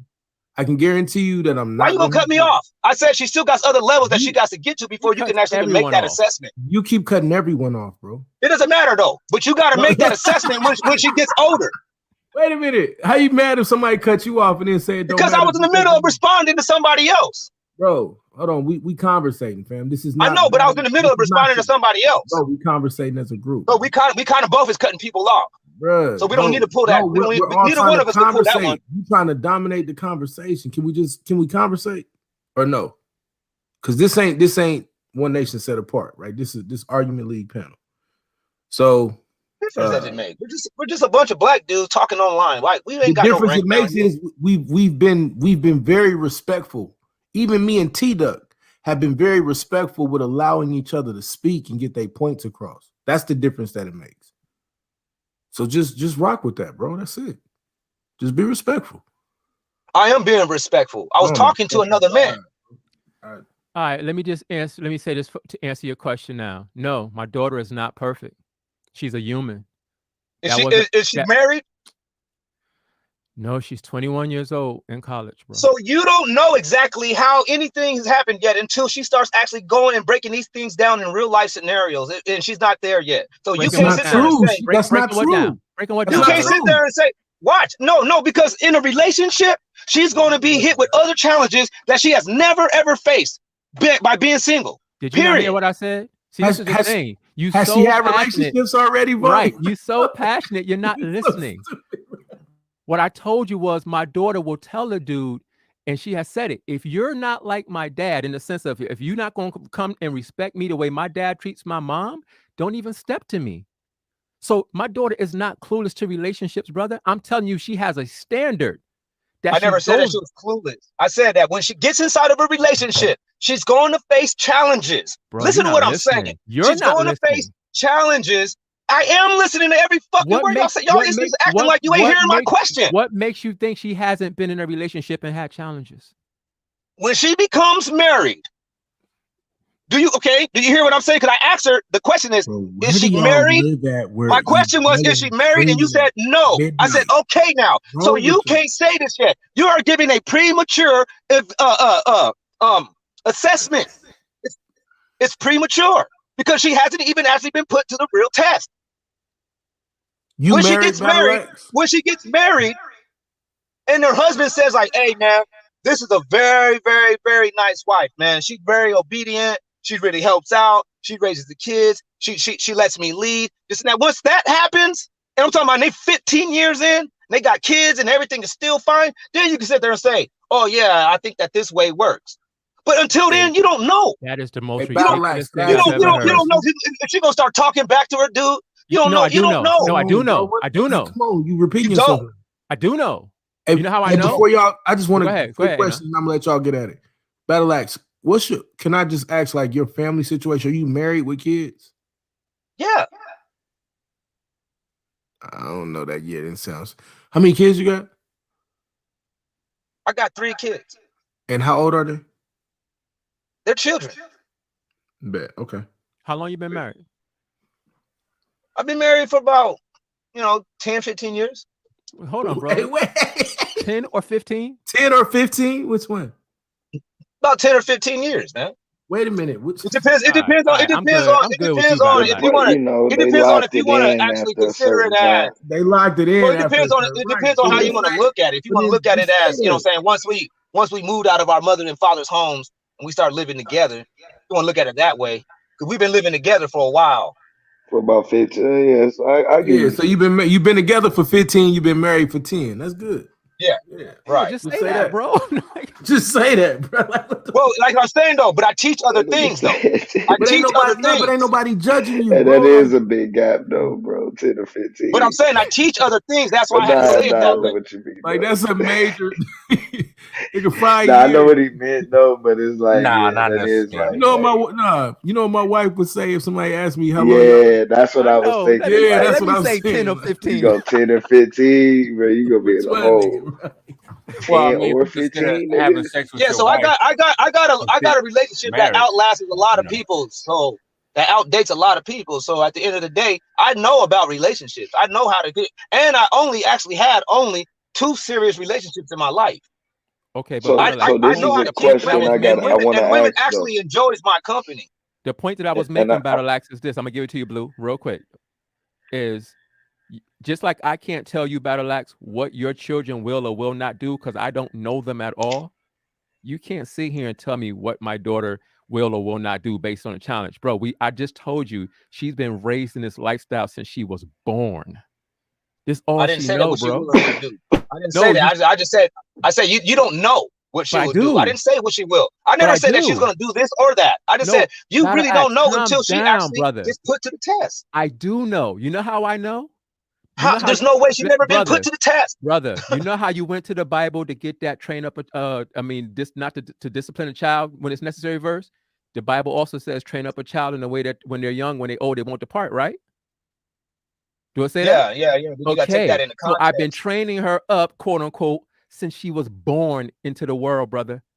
She will not depart. I know exactly how she will respond. I'm with her every day. We talk. It's funny because when I hear A now say this, we talk like about everything, bro. Right. I'm talking about everything. It's all on the table because that's how we raised her. I know exactly what she would do because if she wanted to do something that was crazy, she would tell me. But let's check it out though. But what you're saying is, it's like this. When you're saying it like that, I can run with that and then say like, well, then I don't even need the fucking Bible.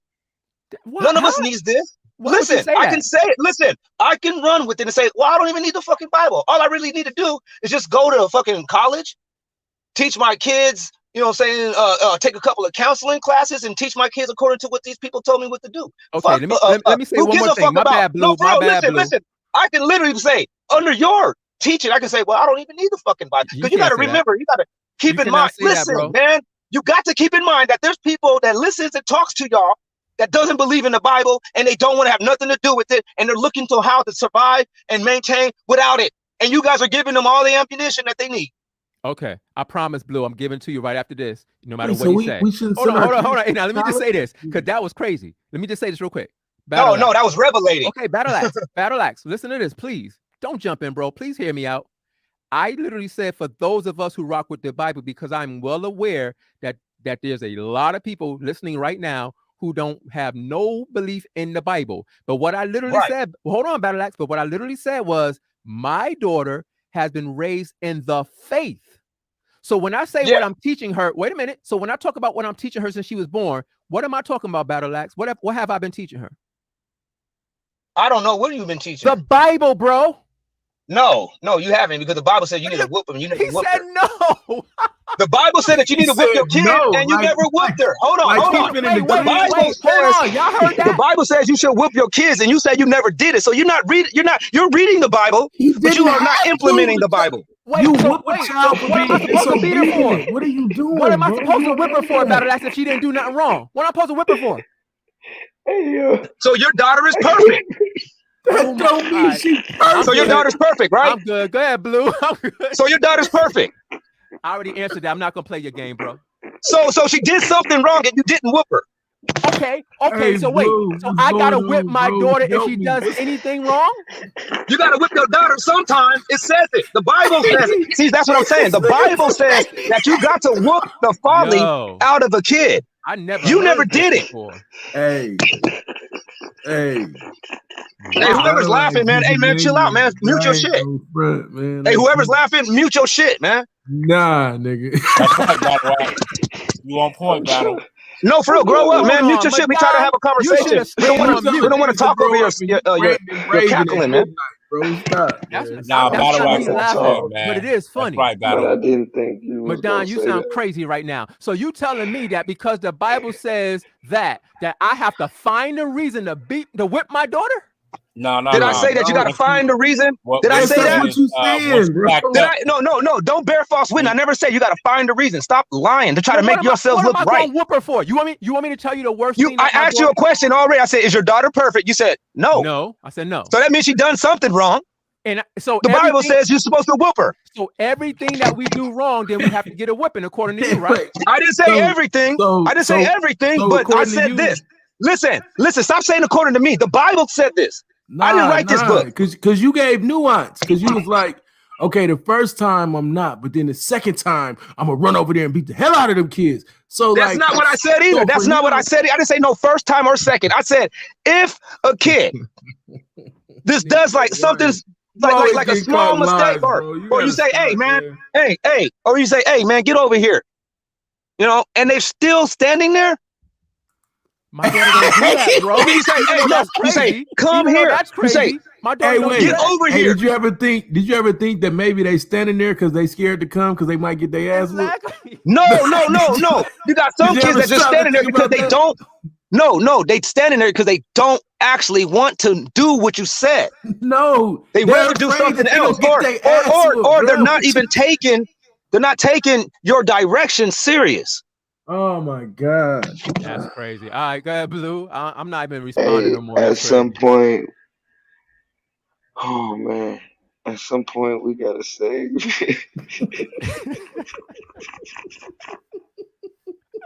Man, hey man, if you're gonna be sitting there laughing and shit, because we try to talk, if you're gonna be laughing, man, just put your shit on mute. Because I don't want to sit here and wait to listen to you laugh. I'm sorry, grow the fuck up, Blue. You a fucking clown, nigga. Now, anyways, now check this out. I'm gonna go to the book of He gonna Sirach. keep going. Nah, Blue turn to the nigga ain't saying nothing. He's laughing. I ain't gonna sit here and listen. Bro, you gotta. I'm not gonna sit here and listen to this nigga cackle like a little fucking girl. You gotta give people time to process. No. If you want to have the fucking mic in the middle of a conversation, nigga, don't say, hold on, let me say something. And you start fucking laughing. Get the fuck out of here, you fucking joke. Childish ass kid. This is the nigga that ain't got whooped. Big man. Hey, that's a nigga that didn't get whooped. Hey, see, he should have got a whooping as a kid. Ain't the spirit, because now he's a grown ass man. You to have more temperance and self-control. He's a grown ass man sitting here laughing when everybody is talking. Self-control right now, brother. No. I'm a serious individual, and this brother is playing. Yeah, there's nothing wrong with being serious, bro. But like you not amongst enemies, bro. Like, but the nigga is laughing because he took the mic from everybody. He said, "Hey, pass me the mic." He said, "Pass me the mic." We passed him the mic, and he started laughing. Bro. But you gotta. We passed him the mic, and he just started cackling and giggling. Yo, like get the fuck out of here, man! I'm a fucking G, nigga. Sitting out here with these little cornball ass niggas laughing and joking and shit. Talking about raising kids without whooping them. So they're gonna run circles around everybody. This dude right here. Hey, this is getting no, worse, serious, because all they gonna do is take your advice, and then those kids gonna be running circles around their parents. These kids are gonna run circles around their parents based off of what the shit y'all saying. No, they're not, bro. You're not. Yes, they are, because listen, not everybody is like y'all. Y'all niggas sound like y'all some good old boys. I'm gonna be honest. So then it wouldn't apply to the same degree, then would it? Some people that is of Israel ain't Israel. Some people they just don't need these laws, statutes, and commandments, man. Y'all some good old boys. Good old boys beat their kids. Good old boys get drunk. Y'all some good old boys. Good old boys get drunk and beat the shit out their kids. What you mean? No, I said good old boys. Yeah, that's what good old boys is a reference to old redneck white men who get drunk and beat the shit out of their kids. Hell no, that's the modern days good old boys. I'm talking about the good old boys. Like I'm talking about y'all some goody two shoes, man. That's not good old boy. You fucking idiot. Well, okay, here. You're some fucking Poindexter goody two shoes. Is that good enough? That's what's up. You're Poindexter goody two shoes. That's what's up. I mean, so at the end of the day, ain't nobody sitting around here. According to the Torah, that's what you're supposed to be raising your kids to be. Not everybody is Dudley Do Right. Some of these kids out here, listen, I seen kids out here supposed to be. I seen kids out here that'll fucking, I'm trying to tell you, they will scare an adult. According to the Torah, that's what your kids. No, listen, I'm trying to tell y'all some real shit. Is every offense of the kids punishable? I'm out here in California and I done seen kids, man. I'm talking about these kids are way more worse than the worst gangbangers you ever seen. No, listen to me. Some of these kids come born. Oh my! They come born. I'm talking about with that crazy shit in them. Like from birth. Battle axe. Are all offenses by kids punishable by whooping? No, you don't have to whoop them for everything. Okay, cool. So if they do things that you don't have to whoop them for, does that make them perfect? No, it doesn't. And this is why I'm the rapid fire Oh my goodness gracious! And you ain't even rapping. No, but I'll say this though. No, but I'll say this. If they still do something that you told them not to do, you have to uptick their attention. You can't just sit there and keep coming at them in that same level. So if you already told them once and they do it again, that means that your talking wasn't enough. So you got to either slap the hand, spank the tail, or something of that sort. But just sitting around there compromising with them and explaining to them again, it goes somewhere in the adult. Yeah, they may change the behavior right then, but something happened now. Yeah. And it's going to play out in the adulthood. I might regret this question, but I'm gonna ask it anyway. Battle Axe. First of all, let me tell you what's the worst thing that my daughter ever did, and you tell me if this deserved a beating or not. So when she was, I don't remember, maybe it's like 3 or 4. We had left her in the room with some magic markers that we bought her for a coloring book. Yeah, he tore their ass up. I promise you. And when we came back in the room, she had scribbled all over her wall. Should we have? Yeah, I would have whooped her. Yeah, you should have whooped her. But see, you keep on saying the word beat. Wait a minute. See, that's what I'm saying. You're trying to play. Look, hold on. Stop using that fucking word beat. Brother, because you're trying to actually play on people's sensitivities. No, stop doing that. That's just what we Because nigga, hey, listen, I know about your little psychological bullshit. Oh my goodness. I've been to school too. Okay, bro. Nigga. Brother, let me first of all, listen. So stop saying the word beat. Stop saying the word beat. So you can make it seem like I'm radical. Okay, listen. Okay. As soon as I did it, I said my bad because I know it's a triggering word for you. But the reason why it's not triggering word. You're being deceptive. You're trying to change what I'm saying to do. The reason why I said beat is because that's what we say. My mom, and I got beatings growing up. That's what we called it. So for me, it's the same thing. But if it's offensive to you, even I don't know how, and you don't want to talk about doing it, I'll change it to whipping. So when did I ever say the word beat? I said, bro, you don't listen. You really don't. No, but you gotta listen to what you're saying. When you say the word beat, I'll change it. Did I not just say that? You're actually alluding to abusiveness. Brother, did I not? That's what people use. People use that word when they're talking about child abuse. It's done now. Now you being crazy. He said he changed it, bro. Relax. Okay, so whooping. So when my daughter scribbled on the wall at 3 with her markers that we bought her, I was supposed to whoop her? Yes, you should have whooped her. But you said that first you're supposed to tell them not to do it, and if they do it again. I never told her. I didn't say that. I said just if you told them once. But what if I didn't? Hey, come here. Just like, hey, come here. What if I didn't? Like, hey, get over here, or hey, get out the street. And then they go back and 3 days later, she's in the street again. You gotta whoop her. Stop talking to her. Got it, bro. What if I never told her not to scribble on the wall? It don't matter. There's certain things that just requires a whooping. Writing all over the fucking walls, you're gonna get a whooping for that. And how many? And so you'll know. So you'll know not to pull that shit no more, bro. I got 3 kids. They don't write on the walls. That's not. I tell them. My point. I say, don't write on the wall. And that's beautiful, bro. And I hope your children turn out to be for real. Of course. The point I'm making, Ak, is this: if you think that it's justifiable to be the 3-year-old, stop saying beat. Stop saying beat. I'm sorry. I literally am sorry. You could because what you're trying to do is you're trying to get people to do anything to fucking get on your side. I'm really not. It's slipping out. Just say brother. spank. Say spank. Okay. Use that fucking word. Okay, bro. But I can't reprogram my mind in 5 minutes to change what I've been saying my whole life. You're not stupid. You can do that. Yes, you can. You're not stupid. All right, whatever, man. The point is, if you think that it's justifiable to spank / whip or whoop, to spank / whoop a 3-year-old for seeing some markers and saying, "Oh, let's see what this does," then the issues go way deeper than I think you might be aware of. No, because you got to be dumb as fuck to hand the kids some markers and never say nothing what they should do. I ain't gonna lie, you gonna go crazy. My kids got a whole chalkboard wall. They whole back wall, the whole back wall, chalkboard wall. I tell them good for you. I tell them to go right on it. But we ain't talking about you. Go right on it all the time, fam. Hey, now check this out. We ain't talking about you. We ain't talking. I got a chalkboard for my kids too. Let me tell you what happened though. So they was able to do that. So my son was like, well, let's go get these markers and get busy on the white wall. Went in. Now, went check in. this out, because you'll know this. I know you're going to know this. Battle axe. When you're dealing with a child between the ages, let's just say I'm gonna give it extra 3 to 6, and you give them crayons or magic markers or pencils, and you give them a piece of paper, and you don't give any instructions. What is the difference to that child at that age between the paper you put in front of them and the wall that's next to them?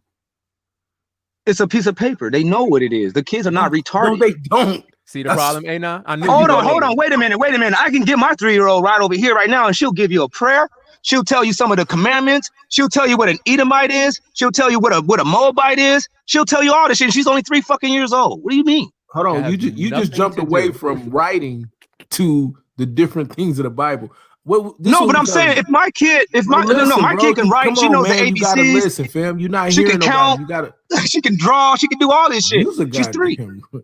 Yeah, let me watch. I don't know what kind of 3-year-olds y'all got, but 3-year-olds can do shit. Well, I tell you what, my 3-year-old, the one that I'm talking about, graduated school early and is in college. Well, hold on. Hold on. I can't tell you about a 3. Who cares? No, I'm talking about when they're 3, brother. Brother, we're talking about when they're 3, right? I can't tell you about a 3-year-old. She graduated college when she was 3. I can tell you about my. Hold on, since we talking there, I can tell you about my 4-year-old who's in 1st grade taking Spanish, elementary engineering, 1st grade language, 1st grade science, 1st grade. My kid, she studies Hebrew. Hold on, fam. 3 years old. Sign language. 3 years old. Hold on. Sign language. Yeah, been doing it. Sign language and counting in Spanish. Right? Since they were in what? No, my kids count in Hebrew. You let him talk, bro? Hold on. In Hebrew as well. Right? So let's play the game then. And we talking about a 4-year-old. So obviously they've been doing it since they was about 2, fam. So this is what I'm saying. Stop with all the nonsense of moving away from what we're actually talking about. Because what we're talking about is grace. Since you want to keep talking about the Bible, we're talking about grace. We're talking about. You're not talking about grace. Allow me to finish. We're talking about giving our children grace as they are learning. I'm not going to beat the brakes off of my 3-year-old or 4-year-old son. You said beat. You said beat. He gonna lose it. I'm not. Okay, I'm sorry. I'm not finna. That's what I'm saying. Y'all niggas is some fucking corruptors, man. Y'all is some slanderous speaking ass niggas. Literally. You won't stop saying this shit to try to play on these women's fucking psyches. I can see what y'all niggas do. The only people that sitting around here actually, you're laying out trigger words and coming out with these fucking over-exaggerated fucking words just to try to make it seem over-sensationalized about what a nigga's doing. Stop saying that shit. Ain't nobody abusive. All right, you got to whoop your kids. To whoop your kids. We got it. To whoop your kids is not beating them. Stop saying that white shit. Okay, that's what white people say that we do. Okay, bro. I'm gonna give it right to you. Deuteronomy 25, verse 3. 40 stripes he may give him and not exceed, lest if he should exceed and beat him above these with many stripes, then our brother should seem vile. So the Bible uses the word beat too. Now you're gonna talk about. I know they're talking about whipping the dude with a fucking whip, idiot. Beat. Yeah, with a whip. This is chastening a grown ass man. It still says weirdo. Yeah, a grown man. You losing it. Talk over about one beating word. a grown man. This is not talking about a child. You losing it over one word, bro. It's talking about it's a grown man, not a child. I don't know why you would pull that scripture. Bro, man, I was so Bible not talks right. about stoning children to death. Stop it, bro. Listen, we're not talking about stoning kids that you're raising as a disciplinary action, as in nurturing. We're not talking about, you took what that one was right there. That scripture is to talk about beating a grown ass man. I'm talking about the word beat, battle axe. But the word beat in the scriptures, when it's using it, is only applying on that one that you just used to a grown man. Are you sure? Stop. Are you Stop sure? being. Yes, sure? I'm sure. Okay. Yeah, read it. Okay, so let me get you again. You ain't prepared for this conversation, which is why I don't want to do it. But if you want to have it, let's do it. Just read it. Proverbs 23:14. No. Go back to Deuteronomy, nigga. No. I read no, that. go to Deuteronomy because you went to Deuteronomy. Hold on. Why are you scared? Hold on, man. Why are you scared? Hold on. No, I'm not scared. Are you scared? You need to read that Deuteronomy. Hold on. Man, nigga, we're on here all night. I don't have to be afraid. We can do it. If you're not but let's scared, deal with this verse. No. Before you read the verse, let's deal with the one that you fucking poorly pulled out. So when that one that you pulled out, you're trying to say that is not talking about a grown man? I never said that. What are you talking about? No. But I'm asking you, is that talking about a grown man or is that one talking about a child in Deuteronomy? Okay, let me answer you and don't interrupt me.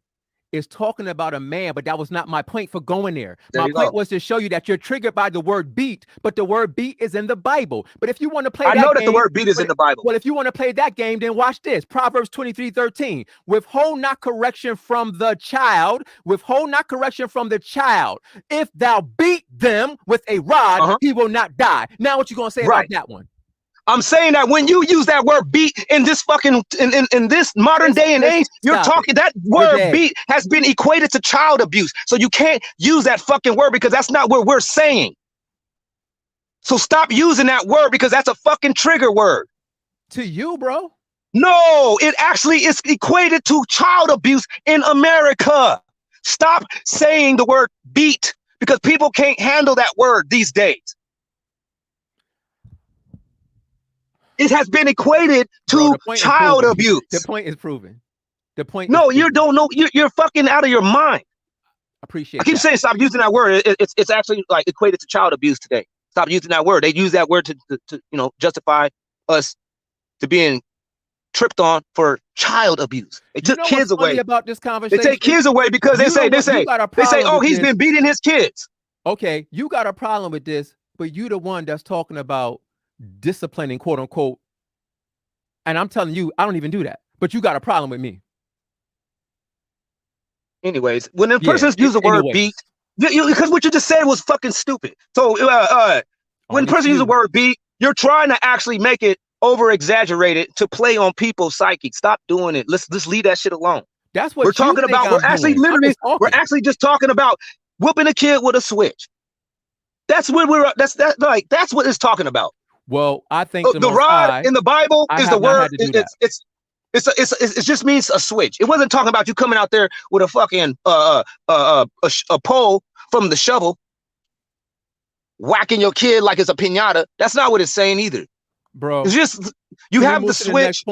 You go outside. No, man, you go outside and you grab that switch. Well, if and you can and that switch. I'm just going to drag you some more. Let me say something real quick. Can you show me where the Bible's something. Talking about a switch? Can you show me where the Bible's talking about a switch? The word rod. It's a rod. So you telling me the word rod is switch?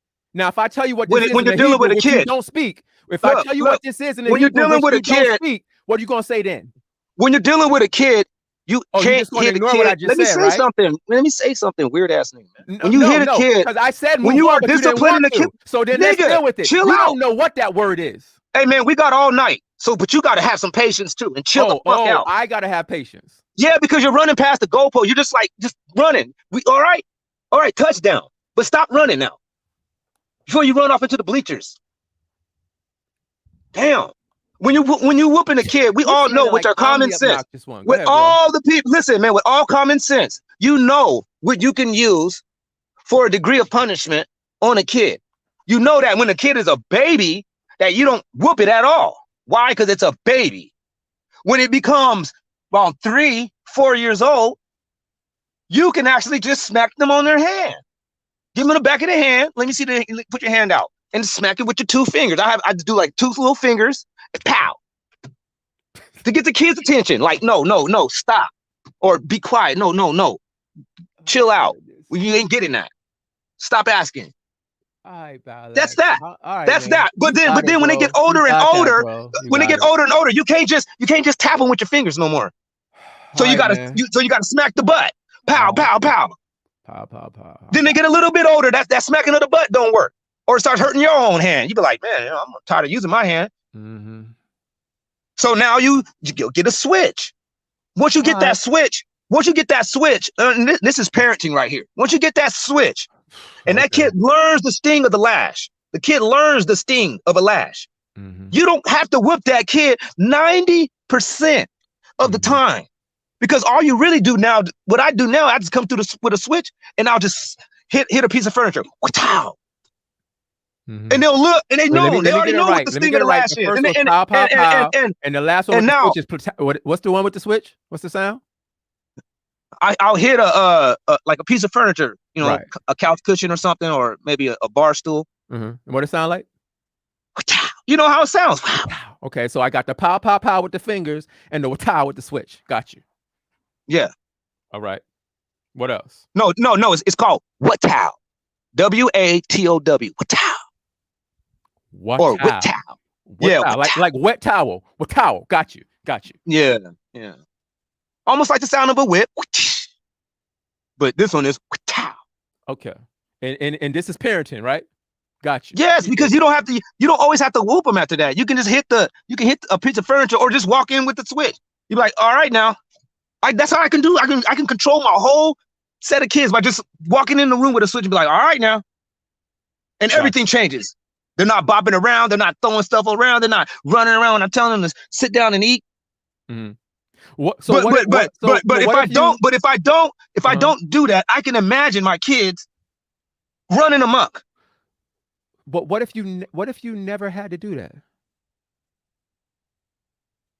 If you never had to do that, then God blessed you. But everybody else can't say the same. People, I will have to say, I ain't seen it. Everywhere I go, I see kids that needs to be whooped. Everywhere I go. Could it be possibly, just potentially possible, that those children that you say need to be whipped, could it be that they grew up in circumstances where they didn't get the love that they needed? No, that's not true at all. Because most of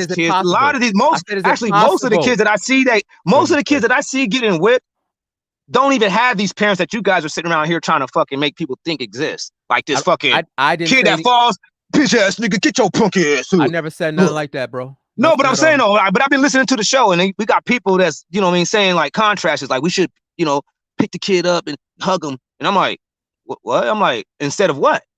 I'm like, who the fuck is sitting around there looking at the kid like, punk nigga, get your punk ass up. Battle Ash, you got a Or matter of fact, you fell. Matter of fact, you fell. And I'm mad at you now. Stupid little motherfucker, you fall. Oh, like that guy doesn't even exist. Whoever got that guy doesn't exist. I don't know where that dude is at. Whoever got the host, A9 trying to get on. Battle Ash, you got a world in your head, bro, that is only in your head. Like, seriously. No, it's not, man. I know you got a world that's only in your head because you're only talking about your fucking position, your experience with your family. And I'm sitting there saying, no, I see other people. See, that's what I'm saying. You're deceptive because you're trying to make it seem like I'm doing what you're doing. You're not listening. You're trying to make it seem like I'm doing what you're doing because you're only speaking from your personal perspective. When I'm saying I'm going outside of just my home, I'm like, no, man, this is not just me.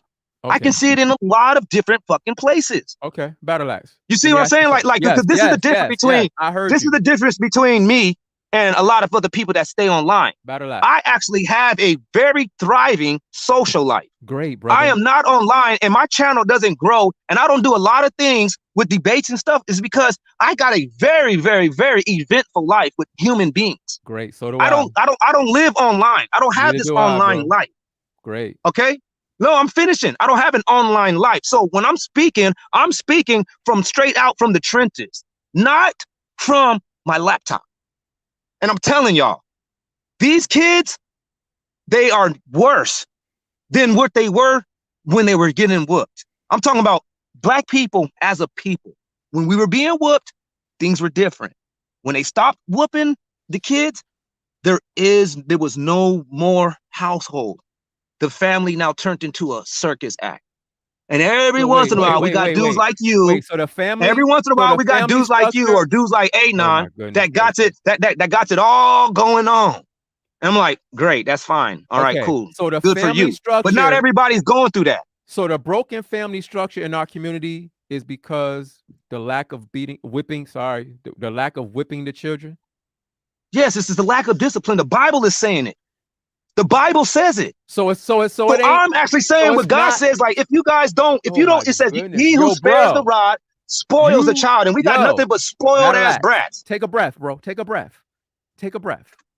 I heard what you said. Now I want to follow up.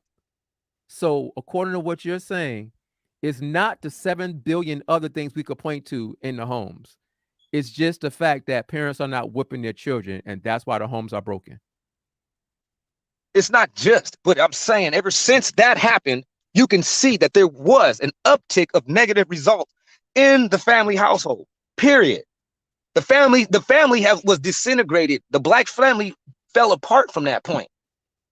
We was a lot better off when there was a disciplinary action instilled in the homes as a culture. Was we also a lot better off when the husbands and the wives were loving each other and working through their problems and not just divorcing each other over whatever it was? Was it also better then too? That's exactly what I'm saying. But No. those people. What you said was whipping the children. Yeah, I know, but those people now, they turn out to be adults. And now you're talking about the aftermath. You're not talking about the fucking the primary incident. The primary incident is we had parents, double parenting households that were forced to stop whooping. Hold on. They were double parenting functioning households, but they were forced to stop whooping because it turned into a criminal offense. They turned into a criminal offense. So when that happened, a lot of kids, like, listen real quick. I have a sister. All right. I don't need a story, bro. Listen, I got just your listen point. real quick. No, it's real quick. I have a sister that she didn't want to be whooped. So what she did is she ran away. And she went and told those people, the white folks, that her parent is beating her. Use that word. The word beat. All right. CPS showed up to my house and they tried to take us all away. But they never got us, but we never got our sister back ever again. That's unfortunate. It really is. No, that's what I'm saying though. That's what the problem happens when our people goes around and thinking that beating your kids is something that we should be running from. No, whooping, because now you are empowering. Hold on, because now you're empowering the Child Protective Services. Whooping. Don't say beating, or I'm gonna flip on you like you did. Say whooping. No, but I'm using that word because that's the word that was used. No, you can't use that word. Remember, it's off limits. No, I can use it to show you the dangers. I wasn't using that word, man. You are. I wasn't using the word to try to talk about whooping. I think you are. I was using that word beating to show you. I was using the word beating to show you how it was used, and then the negative repercussions that came from it. I'm not accepting that because you didn't accept me. That's what I was saying. Though I said she went to school and told them that she is being beaten, and check it out. She learned that from school. School taught them that when you're getting whooped, that's called child abuse. That's beating a kid. So when my sister went and stole from the grocery store, when my mom told them to just walk to school. Oh my goodness. My mom said, just walk to school like y'all supposed to. No. My sister was a thief. So what she wanted to do is keep on stealing. Okay, bro. She got caught stealing. Hold on. Like, she got caught stealing. No, I'm not. She got caught stealing. She didn't want to get a whooping. So she went to school and utilized. Off, bro, so you could just hold on. You want me to just hop and off? She utilized that for her own personal gain. Okay, I got it. I got the point. For the 1,000th time. It wasn't that deep to understand. Now, are you aware that a lot of children in homes get whoopings out of the frustration of one of the parents because maybe they was in a successful marriage and something happened and there was a divorce involved and now frustration kicks in. A parent isn't really equipped to deal with a child by themselves sometimes, and that leads to sometimes quote unquote whoopings. Are you aware of that? Yeah, I'm aware of that, but those small incidences is not worth throwing out what God told us to do. I know that there's some people that is unqualified for that. You got some people that probably should never even procreated the way that they is. Crazy and sick in the damn head. It's crazy and sick in the head. But at the end of the day, we're not supposed to throw the baby out with the bathwater. That dude is obviously mentally disturbed or imbalanced. He probably was raised wrong.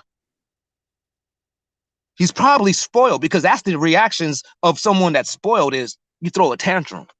So when you see somebody always throwing tantrums, that's an indication of him being not disciplined properly. Say that again. Say that again. When you see what? When you see somebody throwing a tantrum, that is an indication that they were not properly disciplined as a child. Okay, now stop. What age is too old to throw tantrums anymore? Can you be an adult still throwing tantrums? People throw tantrums. You can throw a tantrum all the way until you're dead. And when you see somebody throwing the tantrums, what's that an indication of? Of them being spoiled.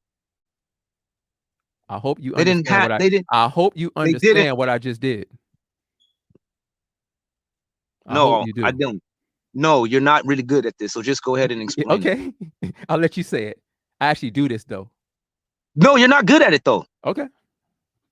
So I don't give a shit. You keep on trying to make these white qualifications make it seem like you're really something. What am I don't give a damn. I don't give a damn about these little counseling classes you didn't took. White. What am I saying that has anything to do with white? Why do you your so little counseling insecure? experiences, your counseling and your little fucking degrees that you and A9 over here trying to talk about? Nobody gives a fuck about that shit. You learn it from the white man. Hold on. Hold on, what? So to you, if someone is skilled in a particular area, that means that it's a white thing?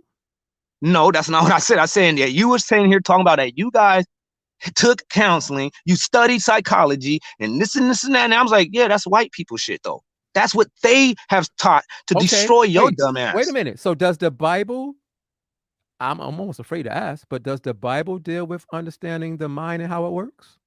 Yes, but it's not the same principles. This is not the same principles that they're teaching you. Hold on. So is that white? It's not the same principles, so this can't be white. So let me ask you this. So you heard me say I do this. Did you ever hear me say that I was using the quote unquote white methods? Or are you? You implied it when you said that you had studies in psychology. I know that you wasn't referring to the Bible when you said that. I know you was talking about the fucking educational institution. What did I say when I came on? I know I acknowledged A9's degrees because I'm well aware of his past. You said that you studied psychology. Or I think you even said that you had a degree in it or something of that. So like basically you came through. So you don't even know what I said. You claim, nigga, I don't have a photographic fucking memory. I don't remember every damn thing you said word for word. But I do. Nigga, don't come at me with that shit. Did you not fucking flex your motherfucking credentials? Hold on. Did you not flex your credentials? Dudes like you, bro, and others. Bro, did you flex your credentials or not? Don't say what's funny. Tough mode. Just answer my question. Did you not flex your credentials? You while I'm talking. You seem to think that you have control over what I'm going to say.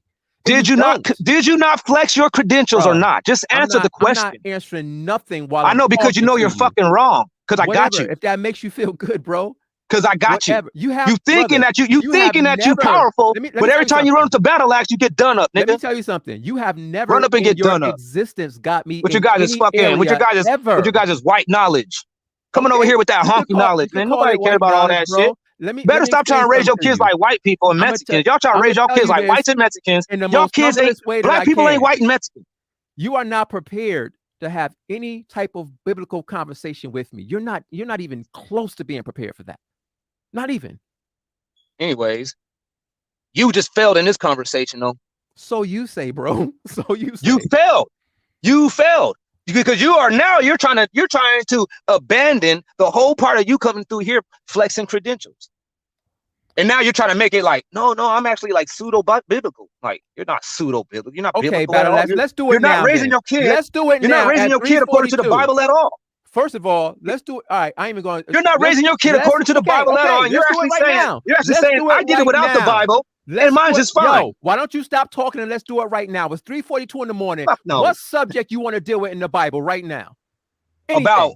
About disciplining your kids. No, we're doing that right now. That's all I want to talk to you about. I'm pseudo, and I'm not playing Battle of the Wits. Talk about. So I don't want to play Battle of the Wits. Oh, I don't want to play Battle of the Wits. Champ is back, so I'm gonna fall back. What up, champ? Yeah, I don't want to play Battle of the Wits. Let's deal with this issue right now. Let's deal with these family issues that we're talking about. I ain't gonna let you just run off on this one, bro. I wanted y'all to see it real quick. You know what I mean? Look at it shine. I see it, brother. Appreciate you, Swap. Oh, battle axe, brother. You know, another issue we got to learn to deal with, and I'm aware of this too. We got to learn to deal with unresolved trauma. You know, mental illness. And I don't really know a way to say this that wouldn't be offensive, but those who understand. We got to figure out a way to deal with that as well. You know what mental illness can be cured with? You got to get the law, statutes, and commandments. You got to get the Holy Spirit. You got to get the Holy Spirit, because other than that, you're going to be plagued with a mental illness. That's what God has placed upon us, is the spirit of delusion, because we have pleasure in not keeping his instructions. Like y'all doing right now, saying, I don't beat my kids, even though the Bible says I should. I don't. And look how great mine is. And I'm like, you're such a contradiction. You just now said earlier that if a child didn't do nothing, Blue asked you that was worthy of a beating, then they shouldn't get one. You just said that. But the Bible told you that you should whoop your kids. But you just told Blue. Hold on. If a child didn't do nothing worthy of a beating, you shouldn't beat them. You just said that. That's what I know that. But you're trying to make it seem like now everybody got a child that doesn't make mistakes. No, I never said that, bro. Or that doesn't disobey. I never said that. Or that doesn't disobey. But that's what I'm talking about. I'm gonna say this, bro. I'm gonna say this. Like I'm gonna stop being so, I guess, judgmental towards you. Like I didn't know that you went through all of this and listening to all of this. That white man degree that you say I got, it helps me understand you. It helps me understand where all the pain and the trauma come from. Yeah. Like, bro, get out of here, man, with that shit. Nigga, I don't have pain and trauma. It's true though. And I realized I don't have pain and I don't have trauma. Yeah, you do, bro. You do. No, I have what is called life. I have a history. I have reasons for me to have turned toward the law, statutes, and commandments because I was able to look at my environment and my lifestyle and say, this ain't good enough. I need to put this under the control of God. I need help. All y'all, what y'all kind of saying is, what y'all kind of saying to me is like you don't really need. This is why you won't even. This is why you can't even have a simple conversation, bro. You spazzing right now. You spiral. I'm not spazzing. I'm talking, nigga. Bro, no, everybody knows I talk like this. No, you're not, bro. You spaz. This is how I talk. You spiral. No. I'm telling you guys, like and everybody knows that it's passion. You dominate the conversation. People don't want to yell. That's because I'm right. Talk you. People don't want to yell. I'm right. I'm using the Bible. Y'all niggas ain't using the Bible. People don't want to. You're trying to say. You're trying to give suggestions outside of the Bible. People don't want to yell and overtalk you at 3:40 in the morning. I know what you're gonna say. Well, it's only 12 where I'm at. I knew it. Yeah. So. All right. Okay. You starting to know me a little bit. This nigga crazy. No, I know you all the way, and so you said you're about to say it's only 12. Right. So the point that I'm making is this though. You're becoming insecure because people saying. No, we actually use Torah. Watch this. I'm saying, and I know Volume is saying this. I actually used Torah in my house and it worked. And I'm not saying you did or you didn't. It's not what I'm saying at all. But I didn't have to get to the point where I had to where I had to spank my kids for writing on the wall because my kids, I can tell my children right now at 4, 7, and 17 that I'm disappointed in them, and that will do more damage than any whooping ever would. Exactly. I have such a strong relationship with my kids now based upon the teachings of what I've applied from the Torah that the words that I use with them devastate them more than any physical thing I could ever do. Right? I can literally look at my 4-year-old son and say, you know, that really disappointed me that you chose to do A, B, C, D, F, G. And you could see his whole world shatter. Yep. Like that can only go so far, and that can only see. But what we're saying is, listen, Anon, you got to listen to what I'm saying. I don't understand. Y'all got to stop. Why? Because you guys are projecting. Stop. Hold on, bro. You guys won't stop projecting. You're saying what you did. Bro, come on, man. You want everyone to stop and listen to you, but you didn't even hear. Like you didn't even take the time to receive the point. I receive what you're saying, and I know that you're speaking from your personal perspective. And I'm like, but not everybody got that. All speaking from our personal perspective. I'm talking from the Bible. The Bible says to do this, not me. Man, with the Bible says it. Get an understanding. And the thing that I'm not getting is, I don't know why y'all won't say the Bible. Yeah, you're right. It does say that. And just leave it alone. You'd be like, you're right. It does say that. Because the scriptures say, with all thy getting, get an understanding. You have to apply the Bible as it's needed per case, brother. You can't. No. Hold it on, that brother. Hold on. Man, you better live off of every word of God. It said live by every word. I'll be right back. That's like it said you cannot live by just bread alone, but by every word. Okay, so that's like me saying I seen a verse in the Bible where it talked about giving cattle to my neighbor, so I gotta go out and buy a cow so I could give it to my neighbor in order to do what the Bible said. It's not applicable, bro. If you're living in that exact same scenario that it was saying, it's applicable. If you're living in that, but right now, if you have kids, that makes it applicable. Just that is alone. They don't do something worthy to get. No. If you have kids, Listen, because what you're trying to do is you're trying to give advice to our people based off of just you. Actually, you're assuming what I'm trying to do because you won't listen long enough to hear. I never Who do came you on think is gonna and listen? said that my case was the same for everybody. I was given an example of something that we can do to change the way we deal with our children over time. That's what I'm saying. So you are giving advice to our people. Were you listening? I mean, will you listen? What I'm saying is, if I had success with the way I raised my daughter and I didn't have to whoop her, if Anon said he had success with his daughters, he had to whip them, that means that there is a method that can be used that will not cause us to have to whip our children. That's all. But you don't know if you had success yet because the kids has not even been put to the real ultimate test. So you're actually giving a premature assessment. What are you talking about? But she's not married with kids. Can we deal with the other? So you don't know yet. She hasn't actually reached the full pinnacle of even her fucking adulthood. She still got another level to acquire. And you know that. All right, does somebody else want to take it somewhere else, y'all said? Because I'm more than willing. I really am. Yeah, let's talk about discipline. Go ahead, Alpha. Say, we all over 40, right? Yeah, I'm 47. All right. No, I'm not. No. All right. With battle axe saying ain't too far off, bro. Like these some kids, my son, I'm only gonna speak from my experience. I got a 10-year-old and I have a 22-year-old. I had my grandbaby today. My 22-year-old, she turned out pretty good. You know what I'm saying? Finished high school. You know what I'm saying? She got a baby out of wedlock, but handled her business better than some grown people. So I feel like I did a damn good job with her. Now my 10-year-old, he's a boy. He's kind of rough. So what I'm hearing from some of these guys is like, if my son disrespects his grandmother or disrespects his mother, I should just talk to him. You know what I'm saying? So me talking to him that first time, you know, I don't believe in chastisement. That's the word we need to use so that it's whooping, beating, all this. It's called chastisement. It's called rearing. You know what I'm saying? Some kids need to be reared.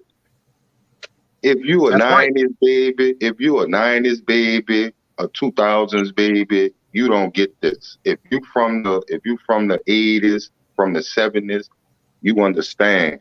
This day and time, you have to rear your kids. Because if you don't, like homie said, you're going to have kids that's just unruly. You have to get them while they're young before they get old. You teach them young before they get old. So you don't have those problems with them when they get old. Man, dude ain't saying nothing. Dude ain't saying nothing wrong. Big Alpha, you sound reasonable. Listen to what he's saying, though. I heard what he said. Why do you think? No, he was still talking. Battle Axe. Battle Axe. He was still talking. Let the brother say that I'm not wrong, and let him finish to say why he feels that way. Brother Big Don't stop it. Don't stifle his comment, nigga. Bro, you are like the most. Let this brother talk. Bro, hey, let this brother talk. He said nothing all night. He was finished. He ain't said nothing all night. Let him finish. He was finished, bro.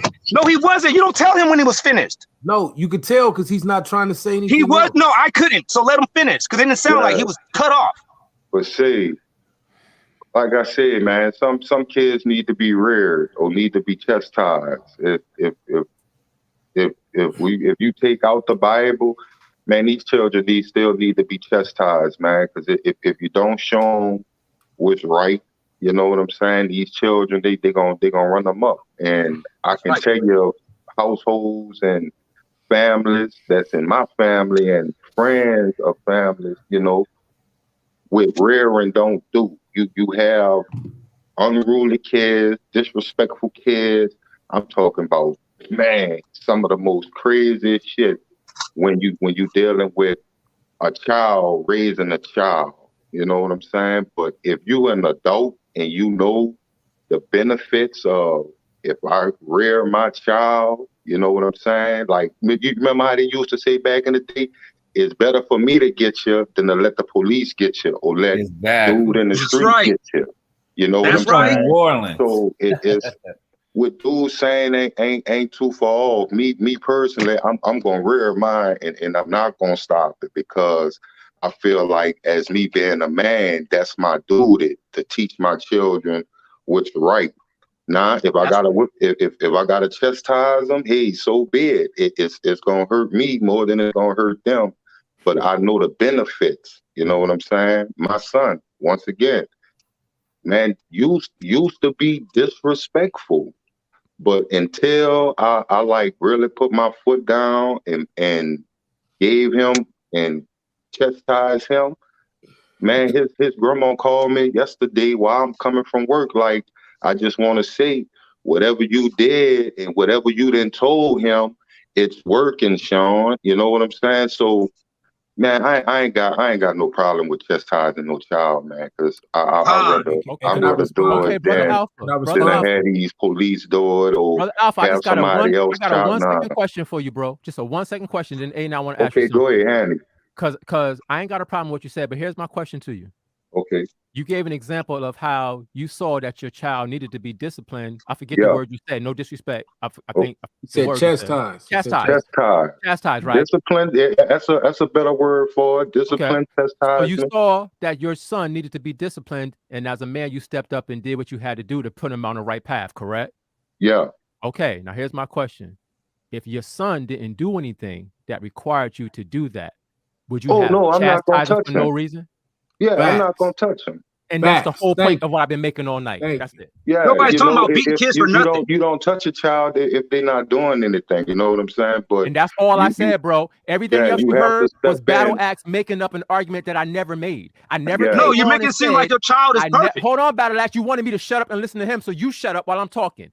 I never came on and said to anybody in the chat or in the panel that that's your child. I said that I can give an example of me using the biblical teachings to raise my daughter, and the result was I never had to chastise her. That's all I said. He took it and turned it into me trying to teach people all this. That's him. That's his world. I ain't say that. Okay, I'm gonna respond because you're talking about me, so you can shut up. Anyways, but you don't have a perfect kid. You don't have a perfect kid. And I can tell you this one. If I probably sat around you, hold on. And if I probably sat around you, I'll probably be looking at you like, man, this nigga's soft as fuck. You should have been with this kid. You just think that she ain't never did nothing that she should be whipped for, and you don't know what is going to transpire from you doing that until she becomes a well-seasoned adult, not a child still in school, a well-seasoned adult. So you're actually making a premature assessment. You really don't know, bro. You know nothing about her. What if I told you that she's in college, but she got her own place already? What if I told she's not a well-seasoned adult? I didn't say a successful American. I said a well-seasoned adult. Hey, can I respond now? Yeah, go ahead. I've been quiet for a real long time. Appreciate you. Shout out to the brother Big Alpha. Thanks for joining the panel. I think the issue that we got is certain people want to argue just to be right, and they're not taking the whole conversation. You know what I'm saying? That brother said he had something. He said he had something that he had to correct when it came to respect in his family and in his house. That's different. Exactly. Right? You may have. It wasn't different. He said the same thing that I was saying. Hey man, what is your problem, bro? You're a fucking liar. That's my problem. I didn't even say I'm in the. You're a minimizer and you're a liar. That's my fucking problem. Y'all niggas is not Torah. You're just sitting here talking shit about you. With my child, fuck all that. The Bible is talking to all of us, not you. I was literally talking about. The Bible's talking about all of us, and it's telling all of us, like, no, y'all need to start whooping y'all kids. Fuck all that shit. Fuck what Anon saying. The Bible's saying, fuck what Anon says. Fuck what whatever this other nigga. Fuck what these niggas saying. He said, you all need to listen to what Battle Axe and Big Alpha is saying. He's saying Battle Axe and Big Alpha can actually help y'all. Anon and Volume of the Book can't do shit for y'all. They can't. They're not trying to lead y'all niggas out of here, right? Now it turns into the personal attacks. Watch this. Oh, fuck yeah, man. Y'all, it's you two. You two niggas right here with the perfect kids. You two niggas with these perfect ass babies. I don't know. Can't give us advice because y'all niggas ain't going through. Y'all ain't sharing the same shit that we going through. Y'all niggas ain't even fucking going through what we're going through. Oh my God. So y'all ain't got no room to speak. You got perfect babies, so you can shut the fuck up. You I have think no you got idea. perfect babies, so you can just shut the fuck on up have and no let the idea niggas what that you're actually talking got about, bro. problems Bro, come up I with don't wanna, solutions. I'm not finna scream in my Nah, keep house it at the cool. top I of my don't give a lungs fuck, at 4 man. in the Y'all morning, niggas is bro. not qualified to speak on this. You made yourself disqualified by saying your kid is perfect. But your kids don't do things to make them have to get whooped. I'm like, oh, so you're disqualified to speak. What drugs are you on tonight, brother? Because the What's rest of us, I ain't on no fucking drugs, weirdo. Why you can't control yourself, bro? For real. Nigga, because you guys are a bunch of lying ass motherfucking minimizers. What That's did I all y'all lie is. about? What did I lie about? You're lying by saying, oh, this right here, I've been using the actually just Bible. applied it. Hold I on. This actually is your just lie. applied it. This is your lie. I've I been actually using just the applied it to Bible brother. to raise my kids, and I ain't never had to whoop them. You're like, that's a double entendre. The Bible says to whoop your kids.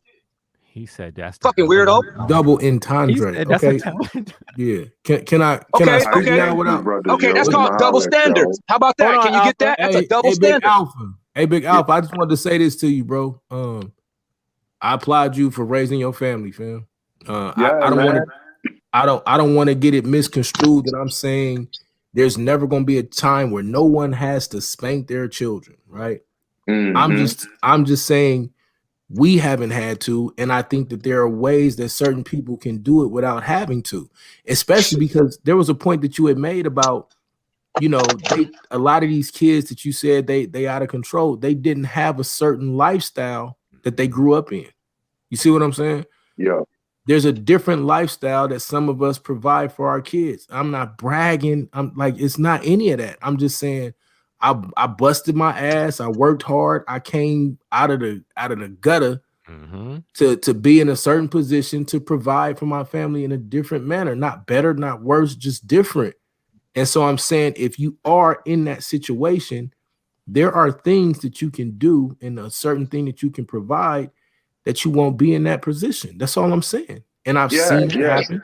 Yeah, and it sounds like to me that you're selling success. Can that Alpha respond to A9? You're trying to sell success. That's what you're trying to say. You're saying just be successful. Fuck the Bible, bro. Get your money right. For real, get your money right. I'm not asking. Get your master's degrees in order. And you don't need to whip your kids. Fuck what the Bible is actually saying, because that's not what I'm going to say. That's crazy. That's what you're doing. First of all, A9 just told her brother that he used the Bible in his home to get these results. Why are you ignoring that? But he didn't whoop them. So the Bible said to whoop them. That makes it to where you're coming out with a double standard. You're saying I use the Bible, but you're not using the Bible. Whip them. Hold on. Even if you're gonna use that perspective, the Bible says whoop them if necessary. Like I told you, I can literally tell my kids from my 4-year-old all the way up to my 17-year-old. The worst thing in the world that I can do to them is say I'm disappointed in you. And that devastates them. That destroys them. I have built that relationship with them. That's all I'm saying. I'm not even telling you not to spank your children if that's what you have to do. I'm just saying that there are alternatives and we need to be able to have those conversations. Right? That's it, bro. I hear what you're saying. Hey, no, you don't understand, bro. You're calling people liars. You're saying we're trying to. I'm hearing you say that. But what I'm saying is, that's not what the Bible is saying. The Bible didn't send you to tell us that. You've been dominating the conversation for an hour. Relax. Because you're not telling the truth. You're gonna get a chance to speak again. Then tell me I'm a liar when it's your turn. I really was just trying to talk to this brother that jumped off. This is insane, bro. Calm down, my guy. Just finish saying what you gotta say. Please stop interrupting me, bro. You wild, fam. Like, so this the point, though. When we move into the point of saying you're not following the Bible because you're not whipping your kids, that's a falsehood. That is not correct, especially because we're telling you I just haven't had to. Now with my son, yeah, I do got to spank his hand sometime. And I said that. Right, just because my son really is me. Like my son has a different spirit of, I'm a do this, right? And it's gonna be what it's gonna be. But there's no like, and we talking about these things are rare, far few in between, because I can have the conversation. And it was more when he was really younger, because he's a very physical child. Like my son likes to hit, and he kicked the nurses in the face in the NICU. Right, this is just how my son is. So I gotta make sure that I get him under control. And watch this. I'm not gonna break him out of hitting by hitting him. Right? That's the other thing we're thinking about. Like, think about this. You're gonna tell the kid to stop hitting someone by hitting him. That literally makes no sense. So what I'm saying is psychologically, we have to move to the point where we're doing more than whooping our children. And I'm not knocking people for if they feel like they have to. Please let me allow ask me you a to question, finish. Anon. I'm almost finished, fam. I'm not knocking people if they have to. I'm just saying many of us, Volume's not the only one. I'm not the only one. Many of us have raised our children to the point where they are very obedient, very successful, everything without having to whip them. Can I get a lighter? Hey, now listen. Let me say this. Your kid is hitting people. Period. Not no more. Your kid hits. Okay, your kid hits. You don't know that. You gotta wait until he gets put to the test. Because listen to this one. How do you stop a bully? Let me say this. A bully is usually hitting people. No, let's stop right now. Hold on. I'm trying to ask you a question. No, bro. Stop right now. Stop. Listen. Nigga, I'm asking you a question. Chill out. I raised my kid. Listen. Just chill out. Let me ask you a question real quick. Stop, bro. This is not about your kid. Stop, bro. This is not about your kid. Now listen, we got bullies. We know that there's bullies that exist, right? Bro. How do you stop a bully? Stop, bro. Stop. How do you stop a bully? I literally raise my kids all day, every day. I know that. Okay, but how do you stop a bully? Let me ask you a question. I'm tired of talking about your kids. I'm saying, how do you stop a bully? You're actually talking about my kid right now. No, I'm not. I'm not talking about your kid. I said you said your kid hits. Your kid hits. I said you said your kid hits. I said okay, cool. Now I'm saying, how do you stop a bully? You told me I don't know my kid. That's what you just told me. I didn't say none of that. I never said those words at all. What you said. That's exactly. No, I said you never know though. You don't know yet. I didn't say you don't know him. I said you don't know yet, bro. You know how I know? You don't know. I trust the Bible, number one, but for number two, he's not doing it anymore. Anyway, it's not something that's just gonna lie there and then creep back up when he's 17.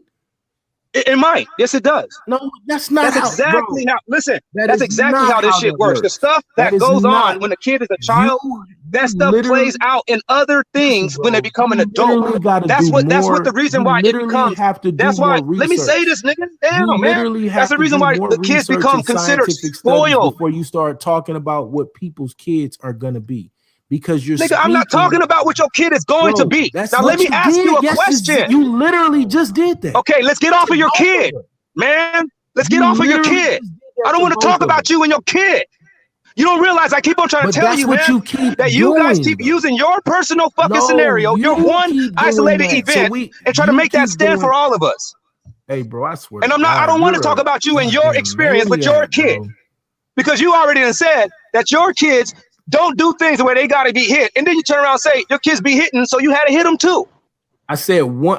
No, hold on. Stop lying again. I said this from the beginning as it pertained to my son. Like, you're being extremely offensive and derogatory because you don't know what else to do. And that's why I'm not being offensive at all. I'm trying to get you to answer the question without you bringing up any of these other things. You have like check it out. You have okay. Let me not be offensive and let me have a recourse. Now listen. No other recourse. Let me answer you. Let me ask you a question. I'm not gonna answer it if we can't even. Let me ask you. I know, because I got a recourse and you don't want to face it. Just let me give my other recourse. How is a bully usually stopped from bullying a person? How do you suggest that? There's no one way to stop a bully. But how is it usually? You say I use the word usually? There's no usually. Some people fight. Okay. Some people don't fight. Some people. What do you do then? Okay, when you don't fight a bully, then what do you do? Snitch on them? There's several different things. What do? You snitch on them? Nah, I ain't nobody said then that. How do you stop a bully by not fighting? But you know what? Hey, but how about this? If we don't answer that question, because you said I had nothing else. Now here's my something else, and you're running from it. So I'm actually trying to answer the question. I'm trying to answer the question. You're out of control. You can't even hear people trying to answer the question. Just answer my question. How do you stop a bully when you don't hit? There's multiple ways, and I said this. There's multiple ways to stop a bully. And yes, actually, at school, one of those ways to stop that bully is to tell the fucking teacher or to tell the. That doesn't stop it though. That has never been known to stop it. I never heard anybody say where you I'm being bullied at school. And then they say, yeah, just go tell the teacher. Bro, relax. I'm answering the question. There's also you didn't answer it. You never answered it. You said tell the teacher. I'm trying to answer. What do you mean, bro? I'm trying to answer. You said tell. I said how do you stop a bully from being a bully? And then you said tell the teacher. I keep wondering how we gonna have a conversation if you're not gonna let nobody answer the questions that you asking. Because I don't want to hear you dancing around. You answered the question already. You said tell the teacher. You multiple answers, and you don't. I don't want to hear multiple. I want to do it one thought. You want everybody to say and do what you want to do, which makes me feel bad since we talking about kids. Dude, how did you stop a bully? You said by telling on him. Right? You're a tyrant, bro, and you're mad because you can't be tyrants over grown men. I ain't mad at all. You just won't fucking answer the question. Who cares about what I'm doing? Answer my question and it will be all good. So when you said that you tell on him, you're saying that that's exactly how it works. You just go tell and he's going to stop. I said there were multiple ways and you kept stopping me from answering. Just give me an answer without going on your fucking long ass weird spill. Just answer it. It's never just one answer. I mean, let's deal with one then. Give me one. There never just be one. There's not just. I know, but let me give you one, and so we can test that one. There's not just one answer to that question, bro. But can we start with one? No, we can't just start with one. You want to give me one and stop being like that. What's the one? Give me one. You already said said tell on him, bro. What is wrong with you, nigga? This is because I asked you a fucking question. You would not answer that question without trying to sit there and say, "Oh, multiple." That was a fucking blanket statement. What's crazy? And then he said, "You tell on him." I said, "Results of the problem when you see a lack of communication skills." Right. So you're gonna start communicating too? So you're gonna communicate too? You're gonna be a third fucking tongue? Well, chill out, third tongue. Chill out, third tongue. Chill the fuck out, third tongue. Answer your question and you won't shut up, bro. Third tongue. No, you shut the fuck up because no one's talking to you. Bro, bro, you need to talk to a counselor. You're a third tongue. Chill the fuck out. For you, bro. Because I know you have communication problems. No, nigga, you're a third tongue. You're a third tongue, and I'm already grilling this fucking slippery ass nigga. And then you're coming through with your third tongue shit. Grilling, but it's like it has he's being grilled because the nigga already then fucked up and he knows it. You're not doing anything. He's being grilled. Doing anything. Then let me just handle my business with him. You're not doing anything, bro. Hey man, Anon's a big boy. He's a big boy. He raises perfect kids. Anon's a big boy. He raises perfect kids. I don't need volume of the book because nigga, I'm trying to tell you, nigga, you're weak as fucking water. Look, you so out of control, you don't even know it's been me talking to you for the last 20 seconds. No, I know the difference between fucking volume of the book's voice and yours. Volume of the book's voice is the one that's saying that I won't stop talking. Bro. Relax. Nigga, that's all that y'all can do is try to slander the dude that's giving out the contrary information. But y'all can't actually deal with the information. You got to do what you got to do, bro. Get it off. Y'all don't want to deal with the fucking information. Like, you guys are answering questions in a sideways manner. You ain't standing at me square, heads up. Look at me straight in the eye. If I say, how do you discipline a kid? I mean, how do you stop a bully? And then you say, well, there's multiple ways. I'm like, no, I didn't ask for that. I said, how? And then you should be coming up with at least one reason. You say, okay, you do it like this. And you said, your first one that you said was, you tell on them. That was your first one. So I'm like, oh, okay, let's deal with the telling. No, I want to go down my list. I'm like, no, we can deal with that after we deal with this. I want to deal with the telling. Because that was your first one. That was the first thing that came to your mind. Or at least that's the first thing that came out of your mouth. Okay. He said, tell a teacher. Go ahead, respond, please. Go ahead. Right. That's how you do it. No, I'm just doing that because I feel bad for you. Go ahead, bro. No, because that's how you do it. Go ahead, bro. So you say you tell the teacher. What if the kid is being bullied outside of the class, like usual? Now, go back to it's multiple ways. This is ridiculous. Yeah. So now it's multiple. That's what I'm saying. So what do you do? So telling ain't gonna work. So what do you do?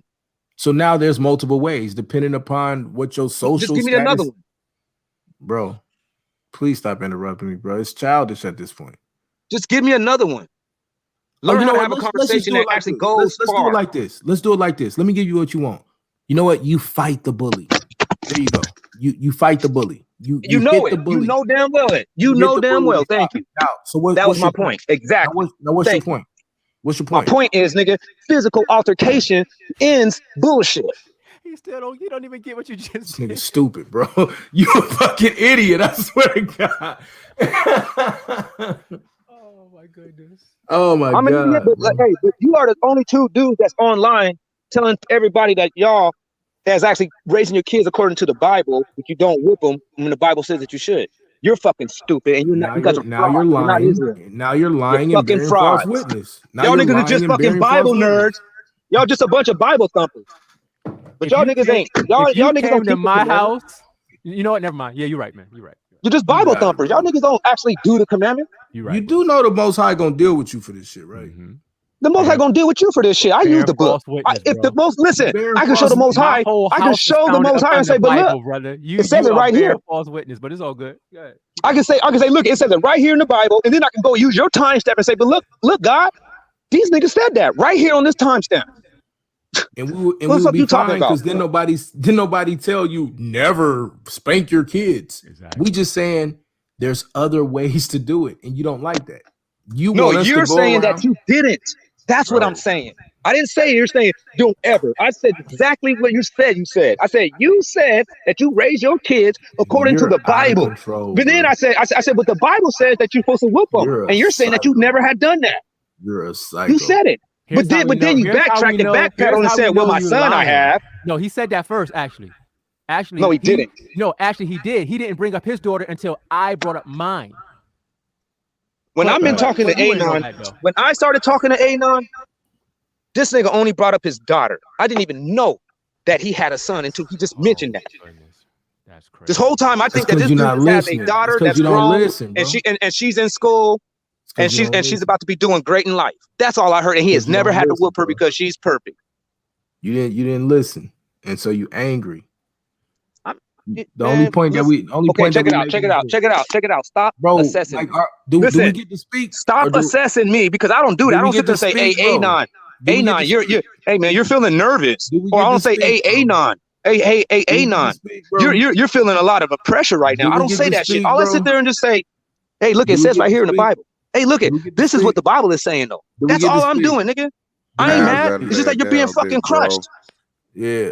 Like, can I get this off real quick, Suave? Because he's a psycho. This is the point that we're making, bro. It's impossible to have these conversations with people who have experienced the type of trauma that this brother experienced. And it becomes apparent. And it becomes apparent when we're actually trying to conversate and talk about solutions. And nobody's attacking this cat, right? That's just him attacking people. He's tough. I'm attacking you? Bro, just relax, man. You feel attacked because you're wrong. It makes you feel better. That's fine. So you feel attacked. Nobody attacked you, nigga. You're just fucking wrong, and you're being proven wrong, and now you're trying to make it. Now you're a victim. You don't even have enough self-control to allow people to. I don't give a fuck what you're saying, man. You're a victim now because you're getting your fucking ass whooped. To do a you're a victim. Statement. Like you are a victim.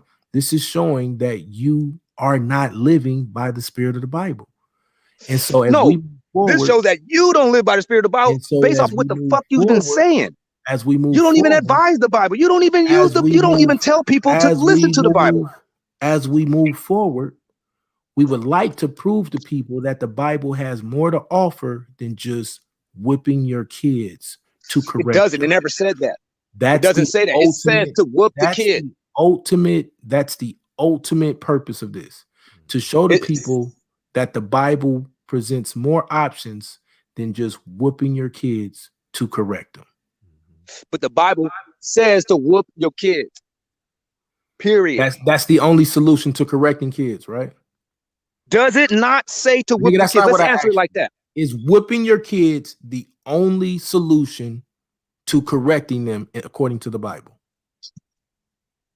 That's the primary. If you got some other ones, I asked, was it the only? I don't know. That's the only one that I seen. No, so now you're admitting. No, it's the only one that I seen. If you have something, if you have something else, thank you for finally admitting that you don't know. Thank you for finally admitting that you got something else, and we showed doing this shit. Else. If you got you didn't show me nothing else. It didn't say anything. But you showed me about a grown man being beat. That's the only scripture this nigga uses. Deuteronomy 22. Like nurturing. You didn't like nurturing. You want us to whip nurturing is to whoop the kid. I showed you that with the Proverbs 13. Proverbs 13 and 24 shows you what is nurture. Nurturing, according to the Bible, is whooping your kids. You got issues. All right. Hey, listen, man. No. All right, tomorrow, You guys are not actually talking. Right, shout out to you. You're not talking to the rest of us. You're just talking about yourself. You're not talking to us. You're talking to a people that got kids running